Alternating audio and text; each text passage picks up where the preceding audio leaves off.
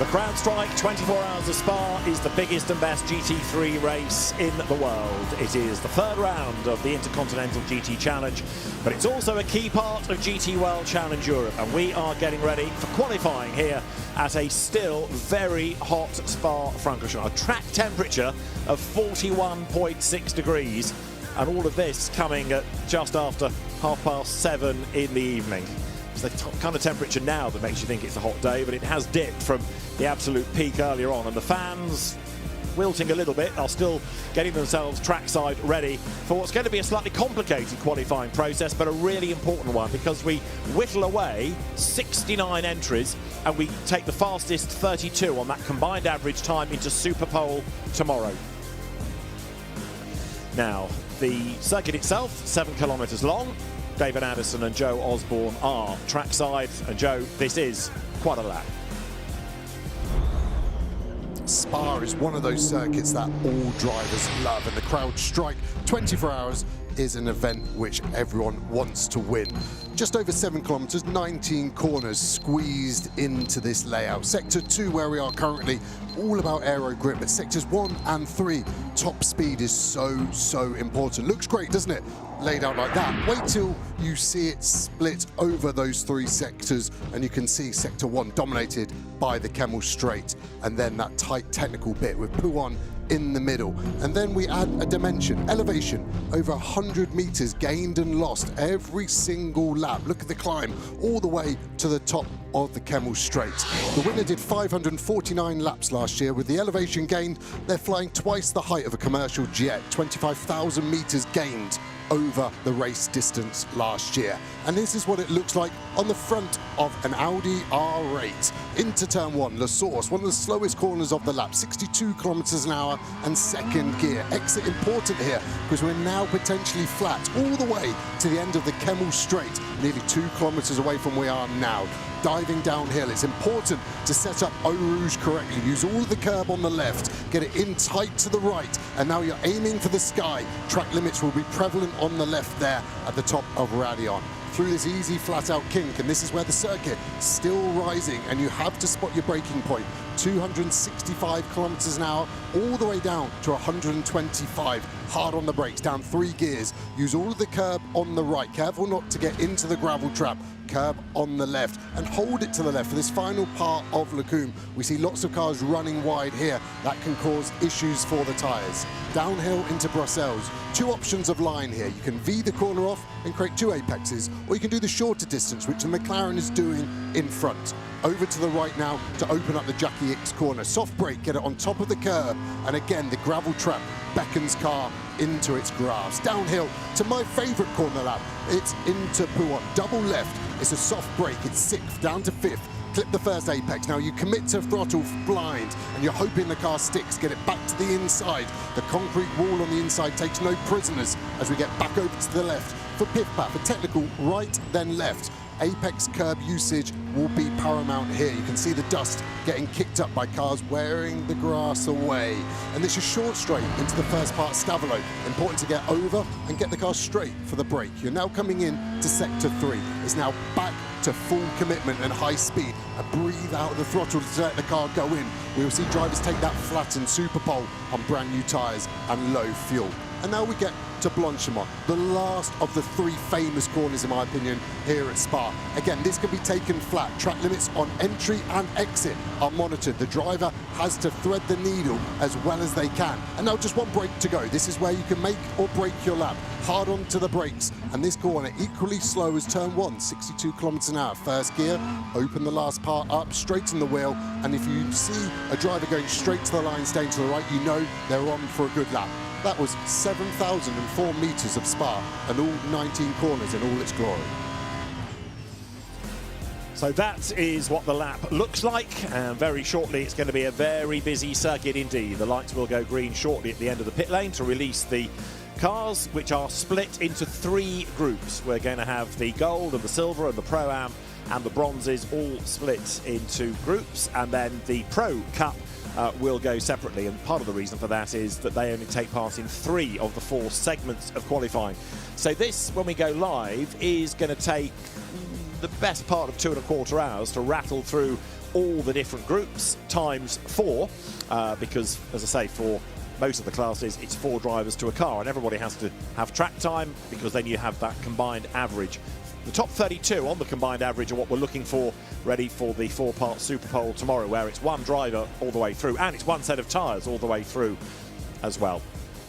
So there, you can see Treble 2 getting good to go. That is one of the 2 Seas Motorsport cars that runs outside Pro Cup. It's going to be Reece Barr who will do driving duties first. And you'll see plenty of McLarens out during the course of the session this evening as well. McLaren's guests looking on from the chicane, overlooking the final part of the circuit. Jonathan Sims there, the director of MSO for McLaren. So great to see so many directors here at Spa. Track temp last year, 22.5. Now 41.3. Fair difference. Let's get to the pits. We've just looked at car Treble 2. One of its drivers is Cian Jewis. He is in the pit lane with Bryn Lucas. Well, Cian, seems like you've got a fair bit of work to do with the car. The conditions, it's got a bit cooler out there, which is going to be something towards your favour, you think? It'll certainly be nicer for us, at least. Look, let's see. It's like always, it's a very long race here. So qualifying is not super important, but you at least want to be starting the right end of the grid. So let's see what happens now. And look, it's still a long weekend. It's not the be-all and end-all, but getting into Superpole, at least trying to get up the order and being maybe the top 20 would be an ideal place to be. Is that feasible? I don't know. Let's see. For sure, that's what we'll push for. I think you'll see some bronze cars in there. But look, let's give it everything and see where we end up. Oh, good luck. Thank you. So Cian Jewis, who was the British GT champion last year with Charles Dawson. If you think there's altitude in this Spa circuit, as Joe described, well, you can get even more altitude on the Ferris wheel. The fan zone, which has been fairly busy today, just gets busier and busier. There are concerts, there's the night pit walk, there's even a night track walk as well for the fans. Hopefully they complete the lap before we go green again tomorrow morning, because it is quite a brutal lap in these temperatures. And as you can see, clothing is optional in the grandstand. It is that kind of temperature. The great thing about this is, though, that there are so many fans. Every year we come here and it gets busier, partly in terms of the infrastructure to the event, partly the crowds just getting bigger and bigger and bigger all the while for GT World. So we've got cars then in the pit lane, which includes there one of the GT4 BMWs that has just been brought back. That car from the earlier free practice session of Paolo and Davide Meloni has clearly had a drama. So as far as we know, good to start on time. The road is clear, but the teams will want that out of their way. Fans there with their copy of the official programme in hand, 4 different covers to the programme. You can pick your choice of which programme you would like. Or you can buy all 4 for the programme covered. Let's get to the pit lane again. Bryn has caught up with another star of the race, it's Jules Gounon. Jules, we've been talking to many drivers about the conditions out there, very slippery because of the temperature. It's dropped a fair bit. Now that should mean that a world of possibilities is open to you. Yeah, let's see. We have been trying to focus on the race, to be honest, especially this weekend. It's going to be 32 cars that's going into Superpole, so you're trying to not focus as much in quali. You're trying to focus for the race, especially tomorrow. The new format also for Superpole, which is introduced this year. So we have been trying a lot of different things, and we try something else for quali, and hopefully in night practice we can settle to something we like. A lot of experience though within your team. Chris won, in fact, gold last year in this particular race. I know that you've been successful as well. So what do you do about, how you approach this one with everything that can go right and wrong in the Spa 24? Yeah, it's for me definitely the hardest GT race in the world. You have over 70 cars with all the top GT drivers in the world, and the teams are super competitive, the brain super competitive. All the cars are within very small gaps. So in order to win this race, you need a lot of parameters to do right. You need the reliability of the car, the performance of the car, of your teammate, of your team, not make an issue in the pit stop, to not get any penalty, any contact. So it's so much variable that it's my 10th edition. I had the chance to win it twice, but I had many times where I thought we could get it, and actually you don't get it. So every year you come back, and it's getting harder and harder every year, and this year definitely it's going to be hard again. All the things you need, plus a little bit of luck. Good luck. Always. Thank you. Yeah, Jules Gounon's won this event twice. That kind of takes some of the pressure off. Of course, he'd like to win, but he's already won it. He knows he can do it. Yeah, he's got no monkey to get off his back, as he's been there, done it, and just needs to make it a hat trick then. And the marshals have worked hard today, luckily in the shade now. British marshals, I Spy. There's a Knock Hill sticker on the ice box there, and we know that British marshals do come here. I don't know how many Belgians go marshalling at Knock Hill, so I'm assuming it's the other way of traffic. Fans in the grandstands, fans on the banking out in the woods. There's a huge array of different places to watch the cars from around the Spa circuit. There is the Contiu, Marcello Tomassoni, Aaron Muss, Carl Marcelli, Felice Gelmini, Aston Martin. It is going to be Marcello Tomassoni to take it out first, the Porsche Sprint Challenge Brazil winner back from 2023. We saw him last year in a BMW. And if you haven't got a chair, well, you bring your hammock. He was always the enterprising fan to find somewhere to watch.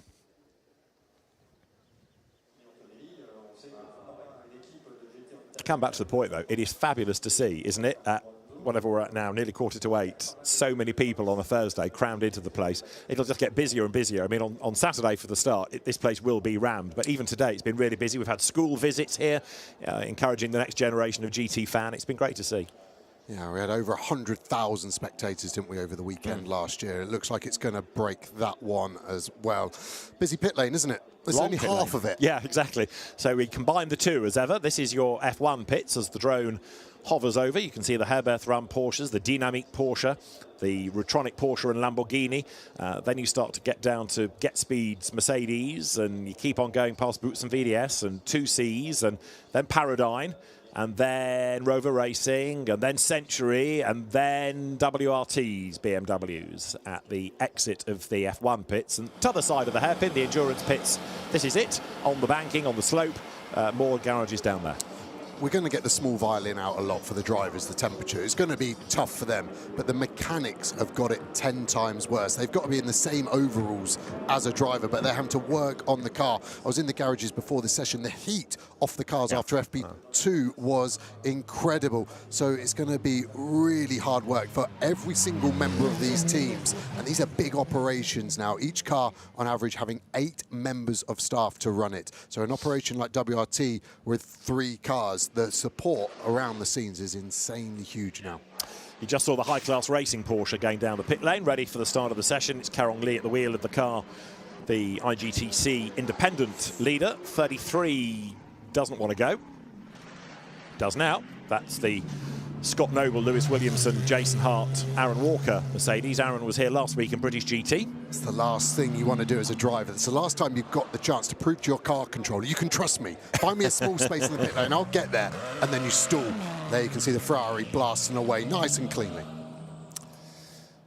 Fred Makovici is a very welcome addition to the Porsche ranks this weekend for the Schumacher CLRT team, and Gwenelle Longy is with him. Fred Makovici back in the GT car for the CrowdStrike 24 Hours of Spa this week. How long since you didn't drive a GT car, a Porsche GT3R? Yeah, I mean, since 2 years. Last time I drove a GT car was here in 2024 with Mathieu and Matt. That's why I kept the same team, one of my same teammates, a car which I know quite well. That's why I was not totally lost at the beginning. What a driver lineup in this number 22 Porsche this week. Last year the team wasn't lucky in the race. What are your expectations for sure, fighting for the overall win and maybe the pole position tonight? I mean, I think it's to build up confidence and working all together. When Com called me, and the main goal was to say, okay, now, I mean, we know we have the strong package, we know we can be fast, but we never went over the night. That's why now we want to go over the night, and at the end, you know how it's Spa. I mean, if the car is in decent shape and you are on early morning on Sunday, there is possibility to do a good result. Just a few words about the conditions. Now it's getting a little bit cooler as the quali session is about to start. I mean, to be honest, it was quite extreme, you know. Also for the car, for everything, you know, it's quite tough. For the driver, it's not too bad, you know, since we have the AC at the start of my career, we could get until, I would say, 70 in the cockpit. Here now it's quite comfortable, but for sure for the car, it's a little bit cooler and we will have a little bit more fun. Good luck in this session. Thank you. Fred Makovici just touching on that point about air conditioning. There is a regulation temperature. If we get to that, race control can recommend that the teams use the AC system, some sort of cooling system as we go green. But that's going to be decided upon tomorrow by the technical team. They'll have a look at the data coming back from the cars and track temperature and ambient temperature, and then decide. It's not a race director thing, it's a recommendation from the technical crew, and then race control will say, okay, we advise that you do now use your AC, but of course the teams won't want to because it might drain power. Yeah, it's a hard rule to enforce, isn't it? And when it's a recommendation, teams will not listen if it's performance hurting, to put it that way. But the temperature is going to be a really important part of this race, because let's take a bronze driver as an example. They may not want to drive at night, but that's the ideal temperature for them to drive in. But if the temperatures are so hot you can't really risk a driver doing a double stint, or certainly not a triple, you might need to keep your bronze for Sunday and therefore give the quicker drivers some time off. So normal run plans here of driver rotation may be going out of the window. Yeah, they're going to have to be fluid as well, as the fluids aren't in the drivers. That's going to be the problem. The cars all have a drink system, and it can be up to 2.5 litres of fluid on board, which gets changed every 60 to 65 minutes. But that gets so warm that they're never cool. It's like drinking your worst cup of tea you've ever had in your life, and you've got to force yourself to drink it, because before long you're dehydrated, you start to get pins and needles. I've had it before where I've got so hot and so I started to hallucinate, and you think you're driving very well, but you watch it back and you realise how close you were to crashing. So this is our first group coming out for our first part of Q1. As we've been saying, we've got the entry split. Why is it split? Well, it's really to give people a bit of clear track space, really. What we don't want, the cars tripping over themselves. You throw all 69 out for a qualifying session, it just becomes manic. So at least this way, there's a bit of breathing space. They understand what the track is like when everybody can go out, because they've done that through the test and then free practice. But at least now, if you stagger it right, you've got a chance of a clear lap. Yeah, exactly. It doesn't look like these guys are doing a mega job, if I'm honest, at finding space. You want to be able to have 10 to 15 lengths. You see the Sentry car just squeezing past the 2Cs car, but there isn't much space there. I'm surprised they haven't backed up more. I expect the tyres to be ready to go on this first push lap. As you can see, the Razzoon Moore Racing Porsche got some good space, but these 5 cars, I think, got a chance of tripping over themselves. The Corvette is the worst placed one. I think that must have got lunged by the Sentry car right at the last corner. Yeah, Callum Williams in the Century BMW. There is 93 Porsche, which is going to be Eddie Cheever, interestingly, going out first. But again, what do? Do you keep your bronze driver for the end when it's a bit cooler and it's a bit more user-friendly, or, well, this is what the team has decided to do. Eddie Cheever in the Ziggo Tempesta Porsche. It's a Herbert Motorsport run car, and you're on board with Eddie making the climb into the sunlight. If heaven looks better than this, I don't believe it. A flat 6 Porsche, Kemmel Straight, sunshine, Spa 24s. Where's he going to brake? Start the curb just after. This is late on the brakes. Rolls third gear, snap of oversteer. That's hurt him now into the left, which then hurts you into the right. Sequence of corners, one mistake lives with you. Miss the apex at 7 as well. This hasn't been a great start to sector 2. He now needs to steady the ship. Drivers will even make the call halfway around the lap to bail out of it, look after the tyre and go for another push the lap after. Down towards Speaker's Corner. Eddie Cheever having to fight the car. Third gear, back on the power, runs it up the curb a little bit. Grabs 4th, heading down towards Poor. You can see, interestingly, on the dash, the time diff is learning, so they've cleared their delta from any previous knowledge. Eddie's having to do this on feel, and maybe the engineer telling him on the radio it's not a mega sector 1 that we've got come up, and we're really struggling. Look at the steering wheel, all the micro adjustments. He's not got the car underneath him, and I don't think that's a car thing. I think that's temperature. Yeah, I was going to say, we heard people in FP2 earlier on in the day talking about how slippery the circuit was, how little grip there was, and Eddie Cheever is having to work this car incredibly hard. It almost sounds flippant for a non-driver to say he's missing apices, but he's really struggling to get the car to turn in and get the car to bite.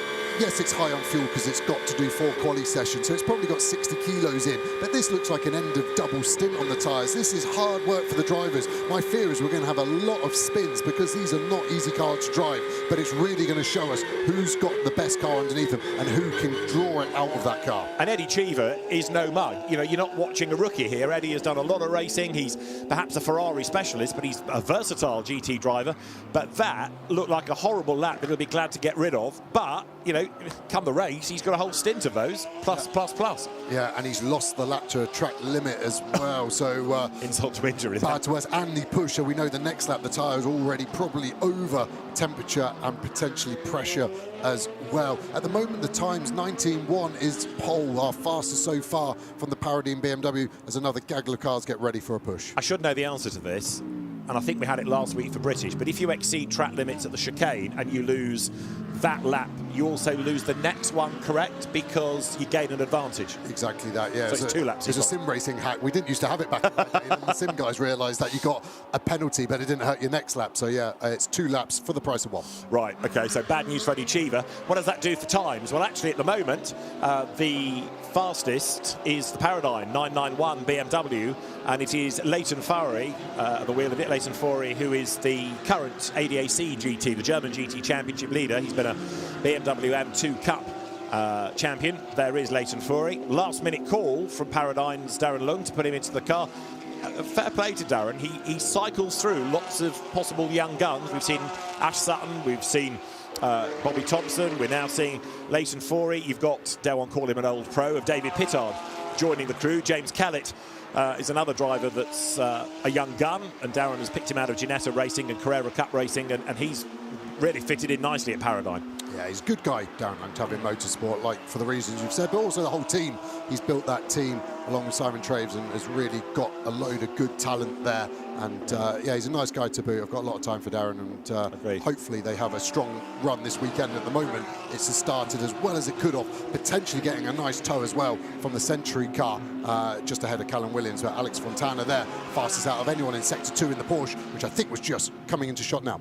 Here it is, Alex Fontana then with that absolute best in the middle. There's another massively experienced driver, Alex Fontana, initially a single-seater racer. He was a Euro Formula 3 champion. He's been a Silver Cup winner in the old days of the Blancpain Endurance Series. He's a China GT4 champion, you name it. Up to the line comes Leighton Fowry. Marvin Dean's going well in the rebuilt Winwood car. That's 177, which is yet another of the Mercedes. It's a guest, if you like, in the Pro-Am class. Pro-Am only really exists here, and this is the Adam Christodoulou, Colin Carasani, Alfredo Hernandez, Stefan Tribodini entry. And looking to see who's been put into it first, it is Alfredo Hernandez Ortega. Right, that's Dienst with 004 on the Lumi rank, says 4th in the times, and he's heading up towards the end of the lap, but he's got a bit stuck behind that Porsche. He's got very stuck behind the Porsche and nearly hits the Porsche. Yeah, his second sector was bad, so he's cleared the Porsche. Expect him to back up now to try and get the next lap clear. So that was the best possible chance for pole that lap. Look at him opening up that last corner, but the tyres now falling away as we look at the Kessel Ferrari. Yeah, that was Ralph Bowen in the Porsche, and it was nearly a buried bone because that was very close indeed to making contact. Dustin Blackner then, 7th in the times currently in the Kessel Run car. This is the view coming out of Blanchimont. He's still climbing at this point, so all the way up towards the chicane. Stand on the brakes, down through the gears. Stop well, you can hear it locking the rear axle, the revs going up and down, goes in slightly deep, then gets the curb on the left as well for good measure. Scrappy sector 3, is he going to improve? He does, up to 6th. It's a big chicane in a sense, isn't it? It's not a flick. You know, it's a discernible right and then a discernible left. It seems to take a long time sometimes on an onboard to get through the chicane. Yeah, you could almost stop a bus there. It's so big, you could say. The onboard camera, the rear view camera, sorry, going off there actually. So that could be an annoyance that I need to check. You can see the radar picking up the pit wall. He was so close to it. Can we improve anything for this 991 Porsche? It's green sector 1. We're about to see what sector 2 is as he comes through that final part. It's not an improvement, but it's in the window, 4/10 down. So if he gets a clean sector 3, this could be okay. But interesting, look at the Century BMW. That's plugged away and pulled the gap. So at the moment, it looks like the 991 has probably done its tyres and it's going to struggle to improve. Yeah, Leighton Fowry looks like he's backed out of it, doesn't he? Callum Williams ahead, the Australian. Good to have him back into the championship this year, the UK-based Aussie. Right, is Leighton Fowry going to stay out? He is.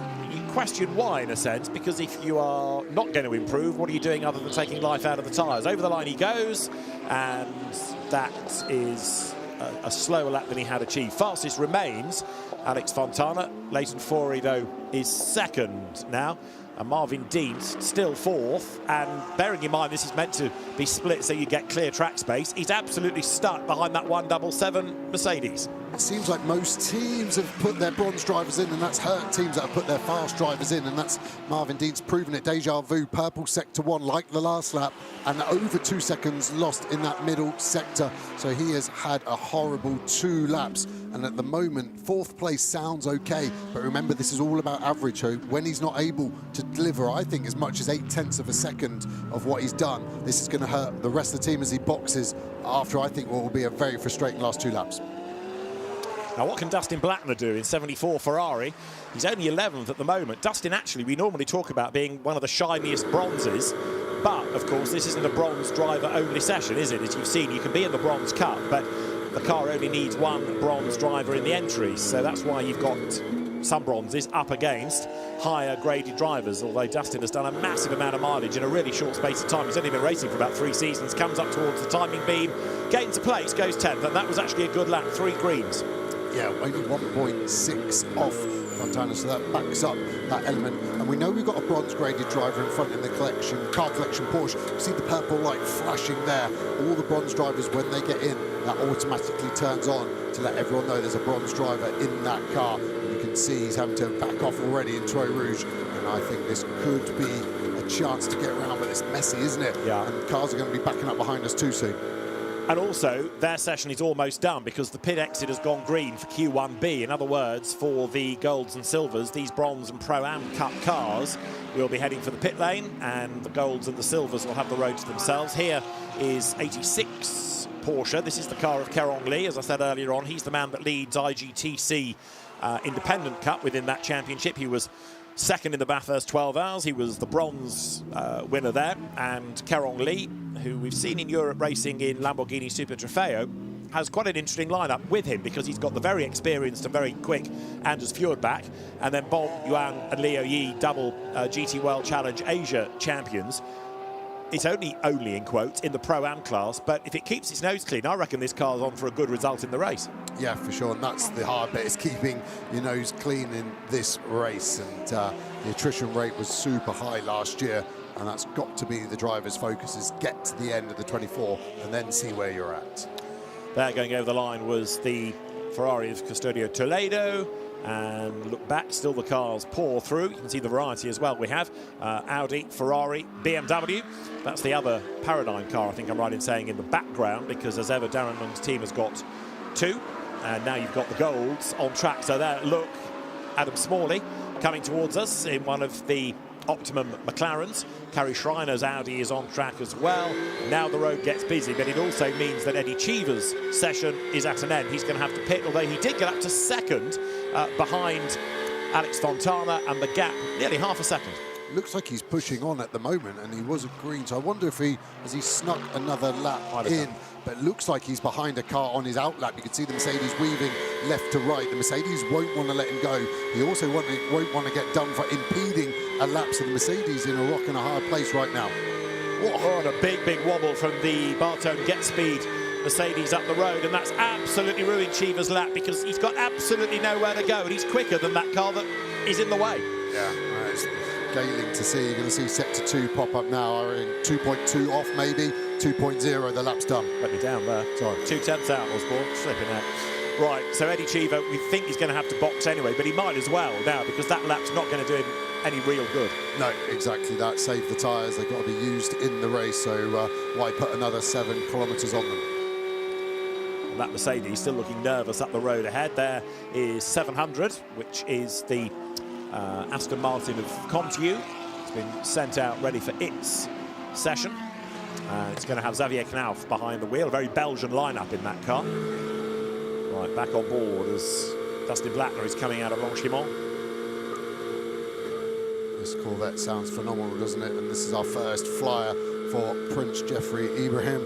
And he's coming into the last corner. Bit of traffic in front, should be okay. Now we see it from the drone. It's the middle shot. So with the next car turning to left, we're actually boxing there. So he's finished his session, hasn't he? 2:23 was the best time for the 0 car.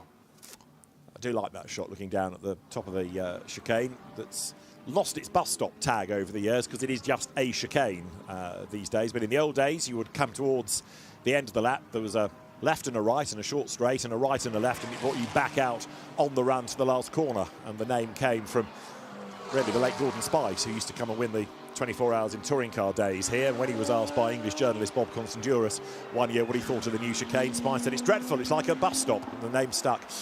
There then, Adam Smalley, Carrera Cup GB champion, a Silver Am winner in British GT, and, Salmon Vega in Adam Smalley's car, coming towards the right-hander of now the campus right-hander towards the Courbe Paul Frere. Oxman have got another really good lineup here for the classes. Good results could be on the way. And Ovega actually impressed in FP2, didn't he? He really did. I was about to highlight that. 4th overall. He was the fastest car in this number 5 Optimum car, and it's looking like a strong lap at the moment. Same for Lawson as well in the 71 Danish AF course. Ferrari is going well behind him, and as he backed out of this lap, I think Ovega, not happy with the traffic situation, decided, to me, to get out of this one and get ready for another push. So I don't think this lap is actually going to be the one for him. We don't see much of him in GT World Challenge Europe, but he is last year's ADAC GT champion. There is Conrad Larsson, whose father, Ronnie Larsson, was a Ferrari champion, and that's where Conrad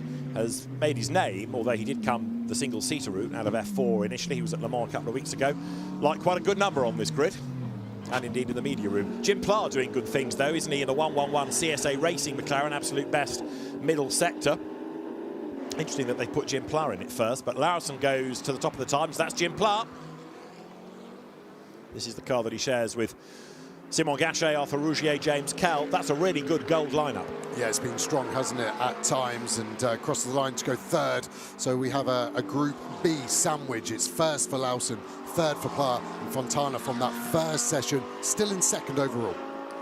And the 2Cs Mercedes of Scott Noble, Lewis Williamson, Jason Hart, Aaron Walker, under investigation for a qualifying procedure infringement. Now, was that the car that we saw hesitate to get away? Just looking. One that stalled, wasn't it? Yeah, it was. You're correct. I'm not sure that's the infringement, but no, it was that guy. Yeah. Yeah. Anyway, unless it was something to do with that, we'll wait and see. But in the meanwhile, Ezequiel Perez Compact, the Indefatigable, has gone 4th. This is number 66 Audi, the car that won at Monza. It's got a very shuffled lineup for this weekend, and it adds GT4 racer Mark Kastelich to the lineup. Kastelich up to 13th. Remember now, we are blending together this batch of cars and the earlier. Yeah, exactly. So we've only had 45 cars on track. Look at the amount of gravel there. Lawson, interestingly, purple sector 1, fastest there at the moment. Yes, there's a lot of gravel on the road. The other question, though, is why? Who's brought it there? Yeah, absolutely. Because that is a horrible, dirty racetrack right now. 20 Mercedes AMG there with Levent Revesh behind the wheel. That's the Team Moto Park car that runs in silver. It's another Intercontinental GT Challenge entry. The Australian driver Christian Mansell, Rui Andrade, Yannick Mettler, the other drivers. That's another really interesting lineup. Super strong, isn't it? Yeah. There isn't a weak link in there as Lawson continues to put a good lap in. At the moment, he's on a chance of a 2:17. Fastest at the moment is himself on a 2:18.5. What can the 20 Mercedes do? This is going to be pretty up there. A bit of oversteer out the last corner, rear tyre giving up. We're 11th at the moment. He crosses the line. He goes up to 9th. Okay, and in the meantime, this is the Conrad Larsson Ferrari. So we've got Salmon Ovega at the top of the times, but Larsson 2 personal bests, trying to narrow that margin. The gap is 0.133 of a second, and as Larsson comes up towards the line, he goes fastest of all then now on a 2:18.366. And Conrad Larsson to the top with an absolute best in that last sector. Jim Pla, in the meantime, with a rather snaking McLaren, comes up towards the line. 4th at the start of the lap, Jim Pla, and at the end of the lap, 4th is Jim Pla. Yeah, it's him on the flashes to Bartone. Bartone had only just registered a lap. Remember, we saw him in front of Eddie Cheever. He's lost 3 laps to track limits. That's how easy it is around here at Spa. Listen to this V10 sing of the Audi. This is going to be a lap, isn't it? The Audi very quick in the speed traps, and that's why Sector 1 is purple. Has he gone in deep there? He has. So easy to do as a driver. You're looking at your Delta, thinking like you're a hero. You decide to get greedy, push a bit too hard into the final corner, and a mistake. Where's it going to go for Perez Compact? up to 5th. Good lap, but a lot of time lost in that sector 3. Mark Kastelich, though, has done an absolute best and a personal best, and for somebody new to GT3 this year, that's pretty good.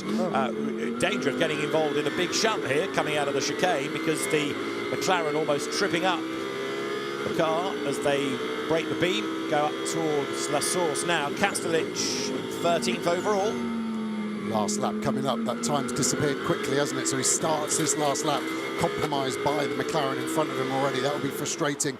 He'll hope that McLaren dives out of the way for him, but I don't think that will happen. Going nicely here as well, the Greystone McLaren. Zach Meakin at the wheel of it. British GT4 class champion a couple of years back. Zach with Josh Rattican, Jaden Kelly, Tommy Pintos. It's another Silver Cup car. It's another really strong driver lineup, this. Yeah, could be a boy band as well, the way they all look and go. So that will be a strong one. Hard to call who's the strongest driver out of the 4 as well. They're all equal. Yeah, Tommy Pintos, McLaren champion. Jaden Kelly, McLaren champion. Josh Rattican, GT4 European Series champion. Zach Meakin, British GT4 champion. So it's a quality lineup for Greystone that's made that step up into GT World Challenge Europe this year, as well as running in McLaren Trophy, which runs here this weekend. And Zach Meakin, 7th in the times, is set to be an improver here, because as he comes now out of the chicane, the British-Ukrainian driver is heading for the timing line. 7th should be improved upon, and not quite. The lap time is slightly better, but it doesn't actually move him up the order. Yeah, sector 3 went away from him. Checkered flag out for this session. I think that's just the story. The tyre seems to go away. Lawson and that Ferrari going into shot. Finishes up 2nd, and it was Orega in the Optimum McLaren, fastest overall at the moment by nearly half a second.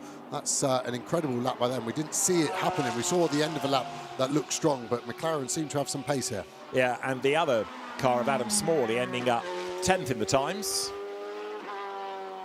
This is the Loris Cabiru Porsche. Cabiru up to 3rd last time. Big slide coming out of Piff Paff there that hooks a wheel into the gravel, but you can tell he's trying. Things on the limit, isn't it? And more. The problem here, as cars start to run wide, like we saw at the source, gravel gets drawn on. So last time round it might have been okay, but at the moment you've got 22, 23 cars circulating. The track's completely different every time you come round, and it's a leap of faith. 4th at the moment for the 54 Porsche. Looks like it's going to be a struggle to improve.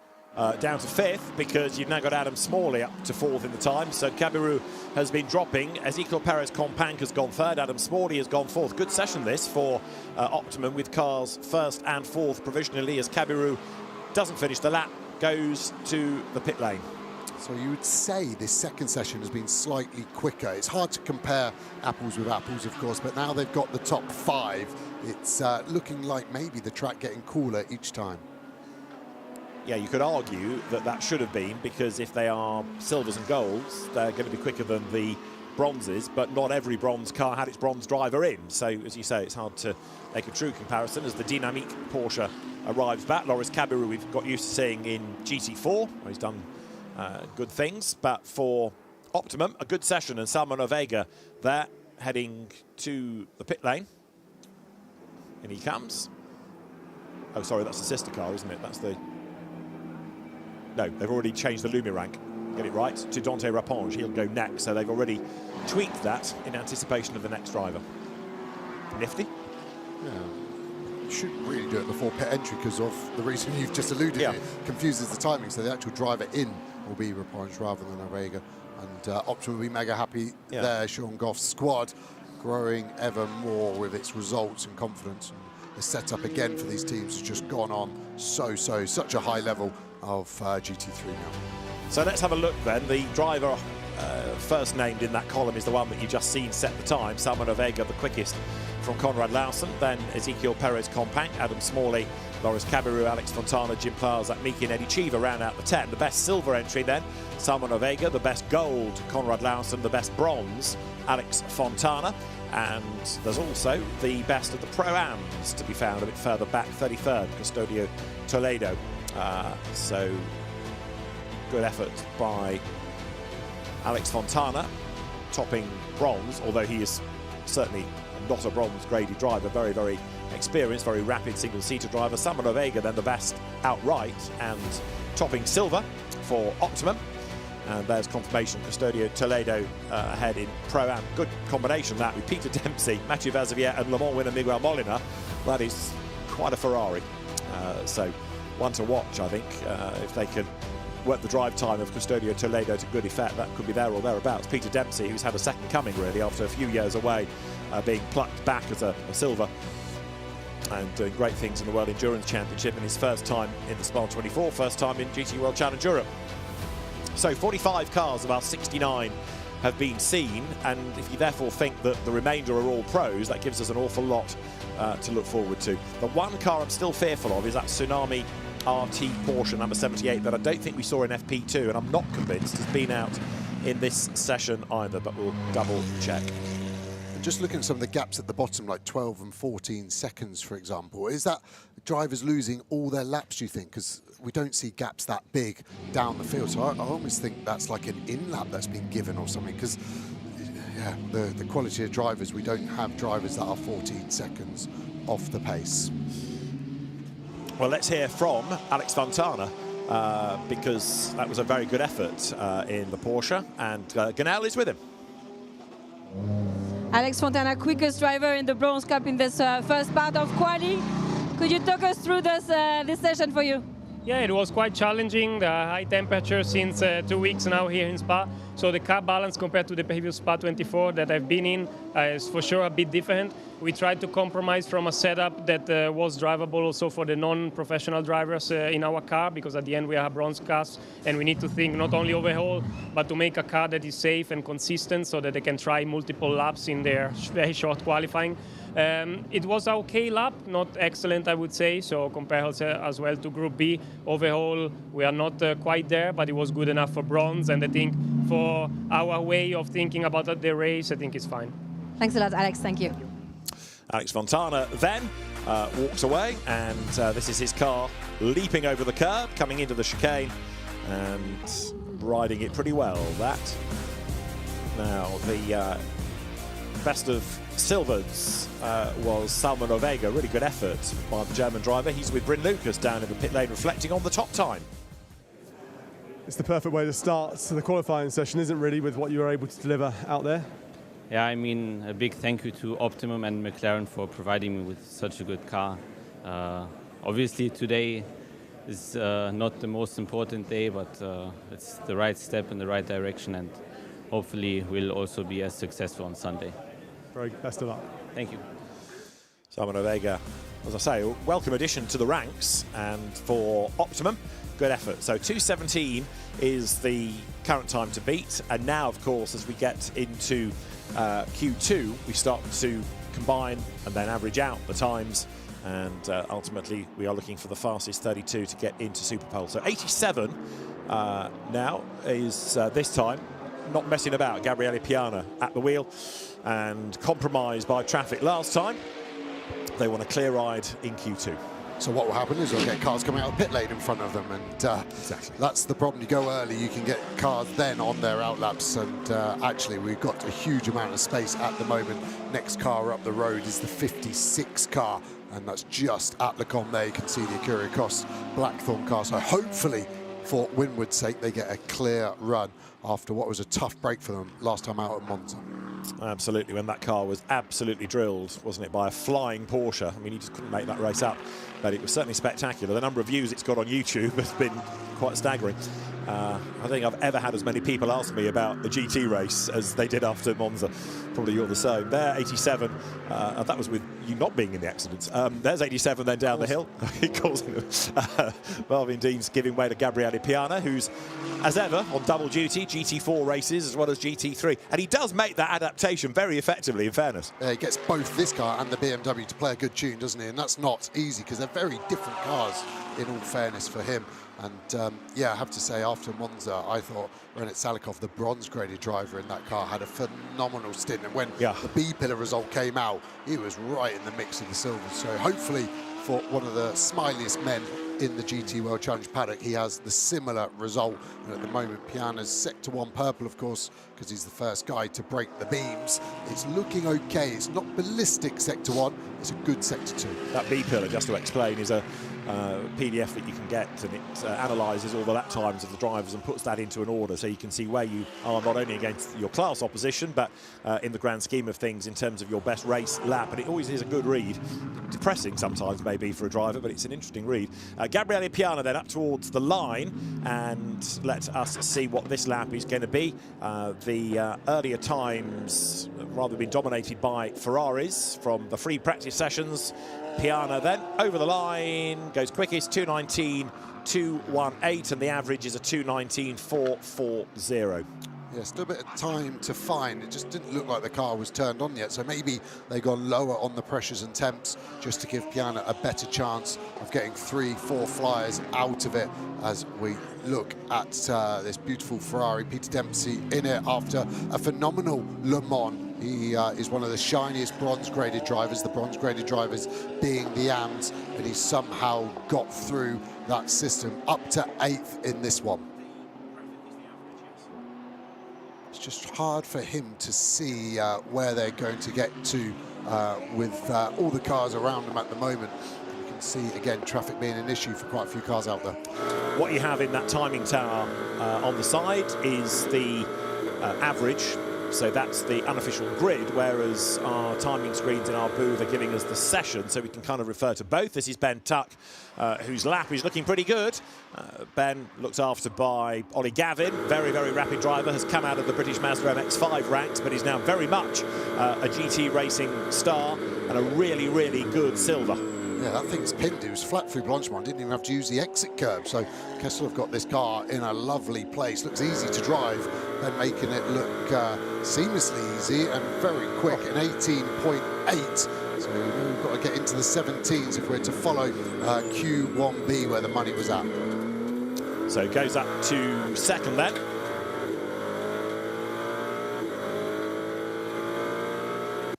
Third currently is the number 1, 2, 3 Porsche, which has now got Bailey Hall at the wheel of it, the Australian driver from Super Utes and Australian GT. But Ben Tuck has certainly not given up. If he can get another lap out of these tyres, he's going to go for it. And now makes that run up Radion then. He's heading towards the end of the first sector. This is Gabriele Piana, who is at the moment topping the times on the average as he comes up towards the chicane. And as the clock ticks on down, Piana knows he's got a limited number of laps available to him here.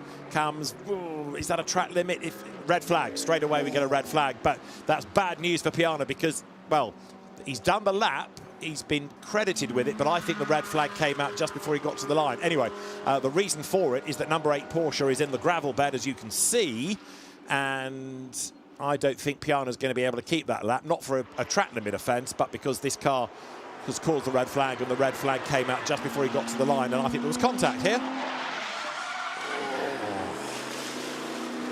You're not going to argue with me on the contact, are you? No, I think it was the 999 Get Speed car, I think, sending it down the inside. And I think aboard that was Busen. And I think it's going to be a penalty. It just wasn't alongside enough. It's difficult in qualifying because everyone is on it and you don't want to lift, but it just felt like a lunge, and the 8 car is well and truly beached.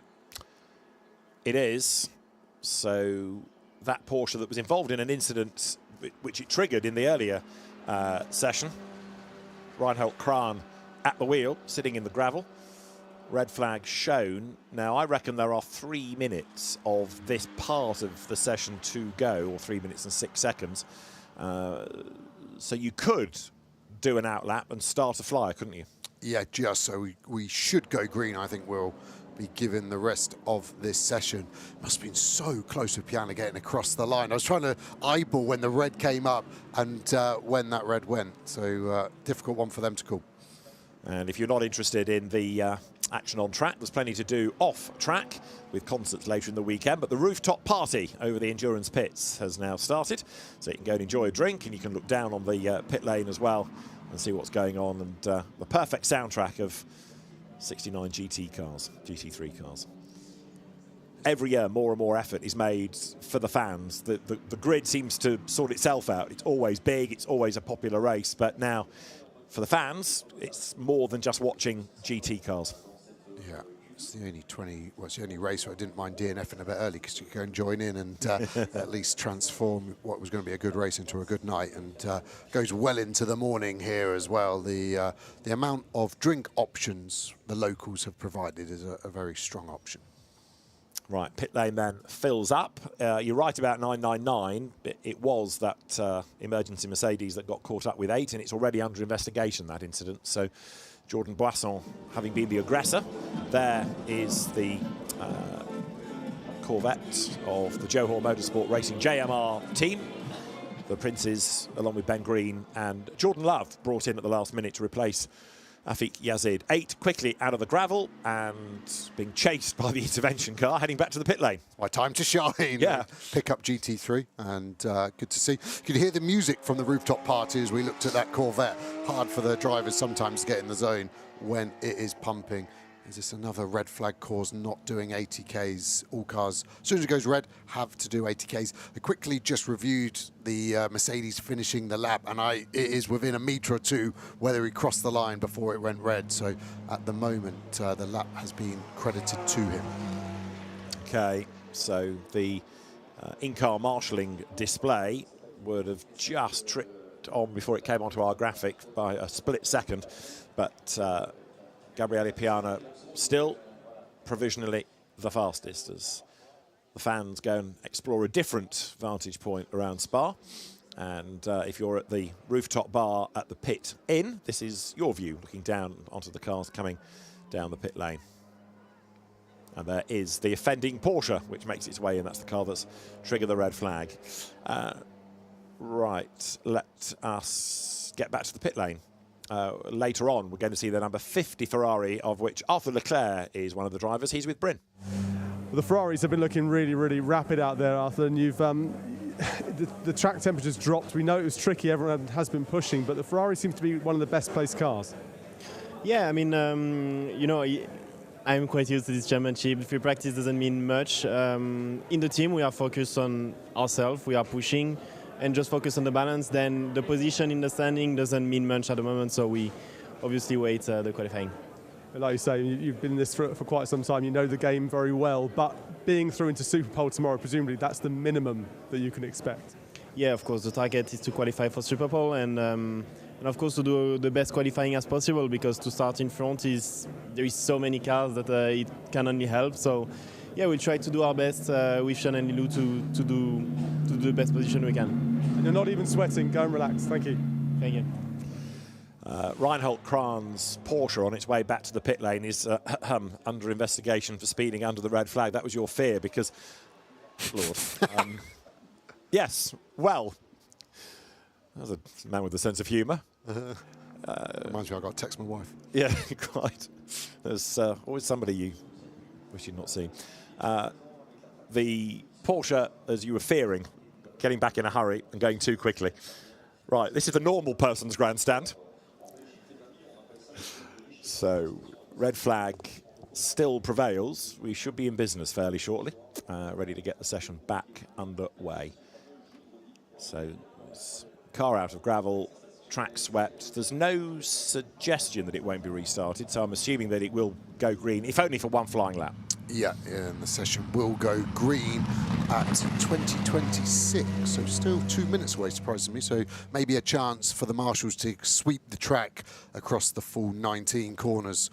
Good opportunity there. Cars already making their way into the fast lane, though. And we are 2 minutes away from the session resuming, so we've not lost too much time. Some teams might be grateful for this because it's nudging us closer to a later time for later sessions, and therefore it might be a bit cooler. So door open on the Paradigm BMW, the second of the two Paradigm cars, which has got now Rapinge behind the wheel for the second part of qualifying. But the red lights are still on, and the session's going to go green in about a minute and a half's time. So although we've been hearing from drivers all over the last few days about how hot it is and how hot and hard a race it's going to be, now there's a story that there's going to be a mega storm on Saturday night, which might make things lively, interesting, cooling. You never know. But let's see whether that actually happens. And indeed, how the track copes with the rain if it does come. Yeah, and the reason we get that is it's a microclimate here, isn't it? And all the trees and the moisture kept there, and it generates what I'm told is an orographic lift. So that's where the orographic lift in the Ardennes. Is that a lift that plays music or something? Exactly. It's the warm, wet air masses. He's feeling this out, everybody. How do you guess? Hit the sudden rising terrain of the valley.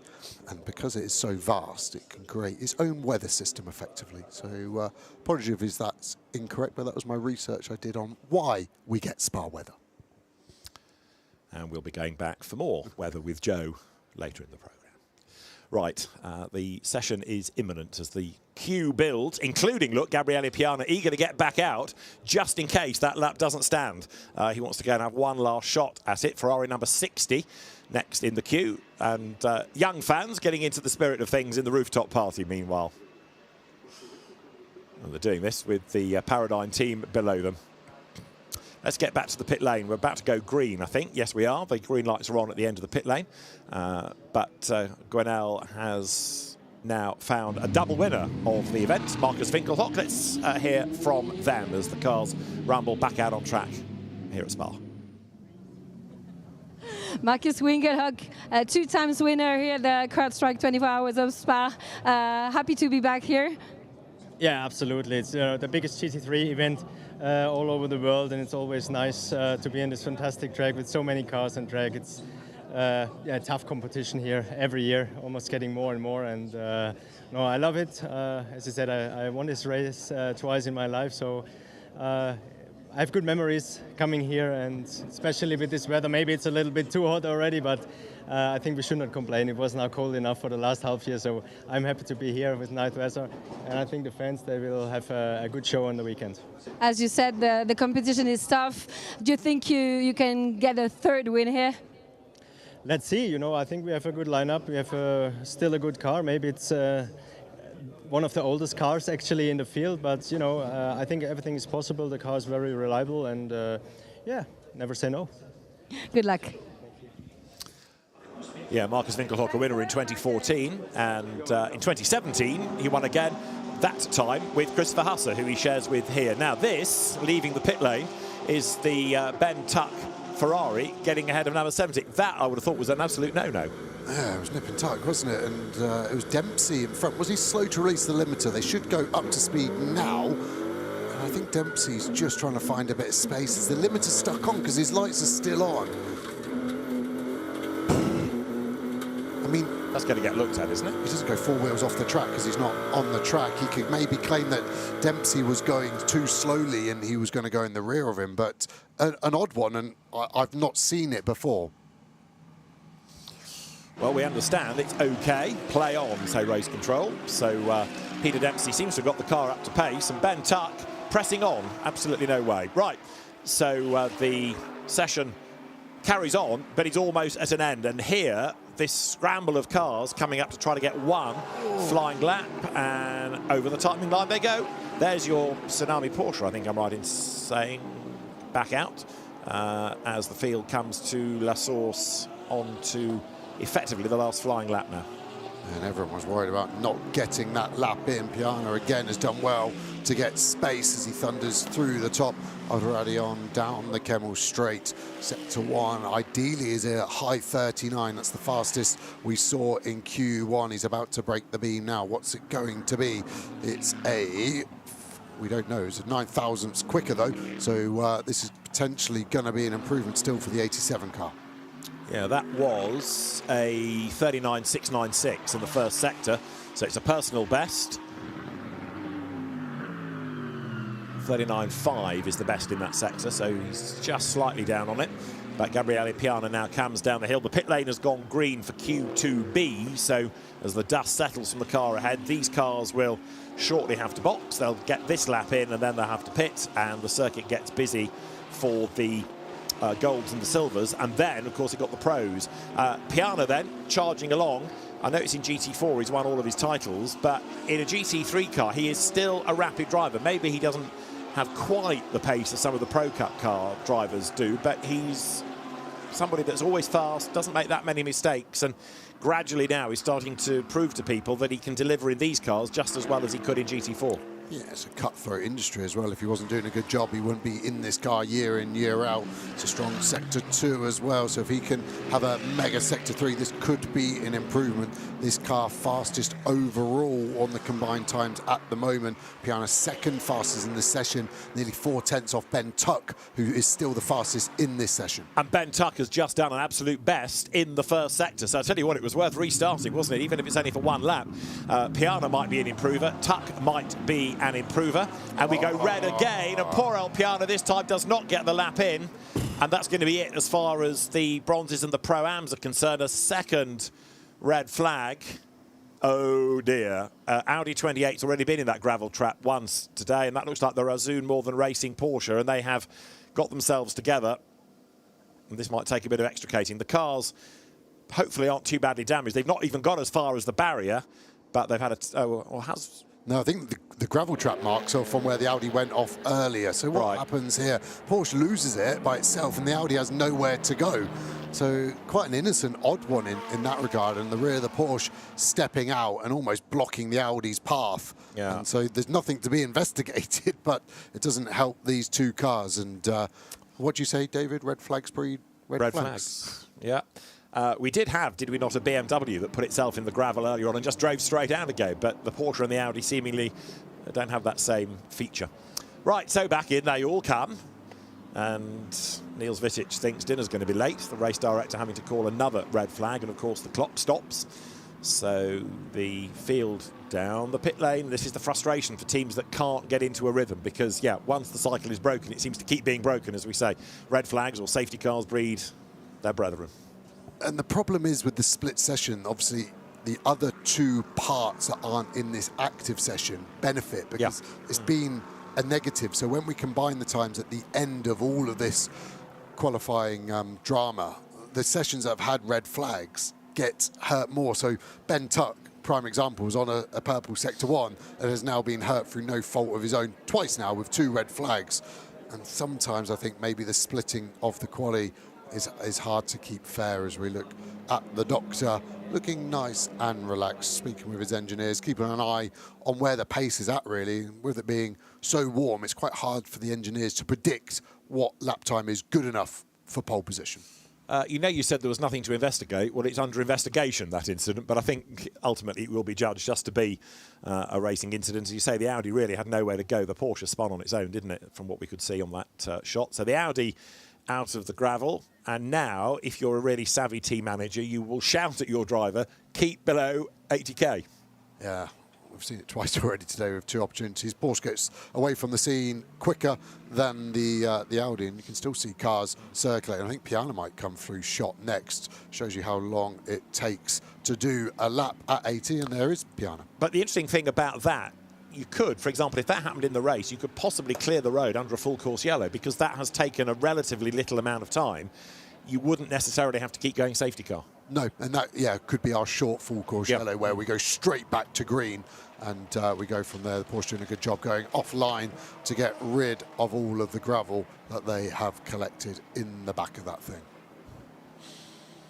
So the Porsche heads back towards the pit lane. That was Kenzie Beecroft at the wheel, who's not done a huge amount of racing, so new to this. Ben Tuck has been a bit of a hero, hasn't he? He was fastest in that session and the car's second on average. Bryn Lucas has found the young Brit. Let's hear from them. Well, Ben, I know there's a bit of frustration from there. Every time you're putting things together, you got, kind of stopped in your tracks, although currently sitting in number 1 from the session. Yeah, I think it goes both ways. My first lap wasn't great, to be honest. I think everyone was improving on their second lap, but the tyres are definitely in the window on the second lap for us. Everyone was improving in red flag, so I was really frustrated at myself at the first lap. Luckily, it was good enough compared to everyone else's first laps. Is it the fact it's got a lot cooler outside, actually, that's helping with the track conditions and the cars, because we're seeing less sliding, maybe it seems to be coming back to people? A little bit, but I think the tarmac is still quite hot.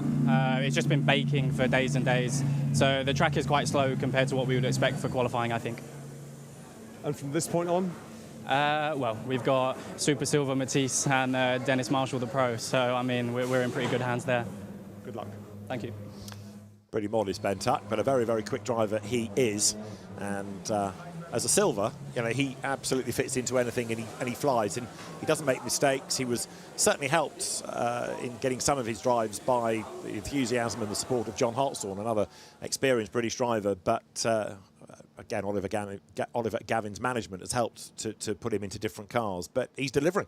Yep, he really is, and that's the wheel of fortune that follows you as a driver up the career path. And how would you know? I've seen others. Oh, I've seen. I've seen the other way go down. A wheel of misfortune in your case, yeah.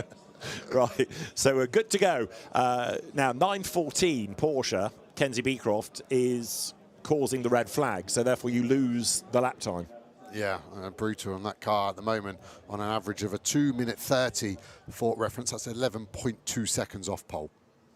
Ed McDermott, one of the other drivers of that car, he went first. Ed, who's not raced in GT racing at this level, said to me last night, I must be mad doing this. I said, oh, you'll be fine. He said, yeah, everyone keeps telling me that. But a great enthusiast is Ed McDermott. We wish that car well. Right, there is the Sebastian Boe, Arthur Doris and Kirby Powell's Oliver Söderström Aston, which is ready to go for this session, and it's going to resume at 20:38. Which is about 2 minutes, just under 2 minutes away. And Arthur Dorisson was at the wheel of that Aston Martin. It's always interesting to see where they can filter in those cars at the end of pit lane. It's that motorway sort of roadworks, isn't it, where it filters down from 2 to 1. And the rule is you should merge in turn, you should go all the way to the end, and no one ever agrees. And you can see the car controller just trying to buy him a space. Now, let's next go to the pit lane and find Romain Larue in the Écurie Écosse Aston. He's with Bryn Lucas. We're not seeing times tumble, but we are seeing maybe more headway out on track, and you're currently seeing P4. It's definitely cooling down from the very hot temperatures, so I think everything from now on is going to go a lot faster. We can already see it, gained half a second from Johnny, so it's just going to tumble down from now. I've never seen this hot temperatures in Spa, so yeah, it's definitely going to have to get used to it for the race, so it's a very different approach this year. Just quickly give us a bit of an idea. I know you won't give me strategy, but I was talking to a few drivers saying, are we likely to see any triple stints? What do you think? I think we're unlikely to see it. I think it's such a hard race already, even when it's not very hot. So I think we're going to go more for doubles all the way through, because it's easier on the drivers, and that's what makes the difference in the end. So, yeah. First of all, qualify. Good luck. Thank you very much. So Romain Larue for Écurie Écosse Blackthorn. One quick bit of news, courtesy of Mercedes AMG. The 12 Get Speed Team Dubai Mercedes AMG, Gabriel Rindo, Tom Calendar, Mikhail Grenier and Jared Wabeski, engine change. The analysis of the engine data and health parameters, you can tell I'm reading this, can't you, have triggered the decision for purely preventative reasons to change the engine. Green flag then, we are back in business for Q2B. Remember, we've got 4 elements to qualifying, not the normal 3, because 4 drivers per car in the subclasses. We're back in business. Here we go. Light starting to fade fast, shadows getting longer, and you're seeing some cars just ease out of pit lane. But a lot of drivers would have seen Ben Tuck's overtaking move earlier on, so if anyone gets too aggressive on the traffic gap opening, then maybe that will be an option. As we see the Rover team get to work bolting on a brand new set of Pirelli rubber. Yeah, interesting to see the way that Ben was determined to overtake. He certainly wasn't going to tuck in, was he, and follow Peter Dempsey out of the pit lane. But for 998, that gets set to go. The Rover Racing BMW that comes here with another quality lineup. We'll see that when we get to the Pro Cup part of the qualifying session. Ugo de Wilde, Tim Tranmitz, Jens Klingman, the 3 drivers of that car. And a lot of weaving going on to try and A, get track position, and B, get some temperature into tyres. And all of a sudden it looks ever so crowded up at Les Cons. It really does, doesn't it? It looks racy there, cars not wanting to lose position. This is where the good engineers get on the blower to the driver, saying, gap is 6 cars behind. This is what you need to do, how much you need to drop. Look at the race between Optimum and RJN there, and the Optimum cars nearly came together. Jamie Wall, team manager down there, would have had his heart in his mouth at best that looked like it was going to get pretty racy pretty fast. Think back to Monza, how close RJN came to an outright win and a silver win as well. We were saying nice things about the team and about Bob Neville. Bob was watching at home. What we didn't realise was that he was getting over a broken leg. Well, the good news is he's back, he's in the pit lane and recovering well. But welcome back, Bob, and hopefully they'll have a good result here as well. Drivers visualising their lap before they are released from the pit lane, going through it in their brains and having to cope with the party at the same time. It's not the worst song to get ready for, is it? Yeah, some drivers like silence and hopefully some like 90s dance music. So into Q2B then, and there is Malte Ebdrup in the number 71 AF Corsa Run Ferrari, although it comes under the selected car racing banner. Frederick Schandorf, Simon Birch, who was a winner in GT2 last weekend, and Conrad Lawson, the other drivers, and we've seen how well Lawson went. So this car runs in gold, but could be there or thereabouts for a top 10. Yeah, we saw that, didn't we, earlier in the season, especially when Schandorf gets in it. He is quick as anyone in a Ferrari at the moment, and interestingly here this weekend, not on IMSA duty, so showing you where the biggest GT3 race is this weekend. Malte Ebdrup, who was last year's Danish touring car champion, TCR Denmark. Real change, isn't it, from a TCR front-wheel drive car to a GT3 Ferrari. But you've got to say, he acquitted himself pretty well at both Paul Ricard and Monza, and the selected car racing entered AF Corsa Run Ferrari drops down now towards Speaker's Corner. Just feel the Ferrari is the best poised car. Every time we see it, the balance looks good. The Porsches look leery. The Mercedes has looked leery. We're hearing the BMW eating its front tyre quite quickly. I just think if it's going to be a hot race, it definitely looks like it's going to start hot. Will it finish hot is another matter. But this Ferrari across the board seems to stay in the window really nice. Another car to watch is the Mercedes AMG number 6. Aurelian Panis has taken that car out. So at the moment, in this part of qualifying, a 2:18.8 is what we're looking at. That's a Ben Tuck time, but on the average, it is 87 Mercedes, courtesy of Marvin Dienst and Gabriele Piana, that have done the better work. So Malte Ebdrup presses on, goes now into Blanchimont and heads towards the end of the lap. An absolute best sector doesn't really mean a great deal because we've had so few laps and so few cars through the sectors. So although it's tempting to get excited about, it's really in a few laps' time when we'll start to see those purples mean something. Yeah, the curb usage, you can hear the splitter hitting the deck, but it's the fastest way around the corner. Can they do that for 24 hours is a different matter, but qualifying isn't that important about the car, and an 18.5 there takes the car up to first overall. Ebdrup's time of 2:18.5 against Ben Tuck's 2:18.8. Though that's interesting because you wouldn't say that Ben Tuck was slow, but Malte Ebdrup, less experienced GT3 driver, getting on with it pretty effectively. Now Aurelian Panis goes fastest of all, and he's into the 17s, a 2:17.671. That's good going. Yeah. And this is Tom Fleming, another very, very fast British driver who has done better times in the middle sector than anybody that's gone before him. So let's see where Fleming is going to put himself. We've got a 2:17.6 to beat. We've got the car coming now up towards the chicane. The Acuriacos Blackthorn Aston, we understand, has got an issue in the pit lane. Let's just get Fleming over the pit lane. Over the timing line. He then goes fastest.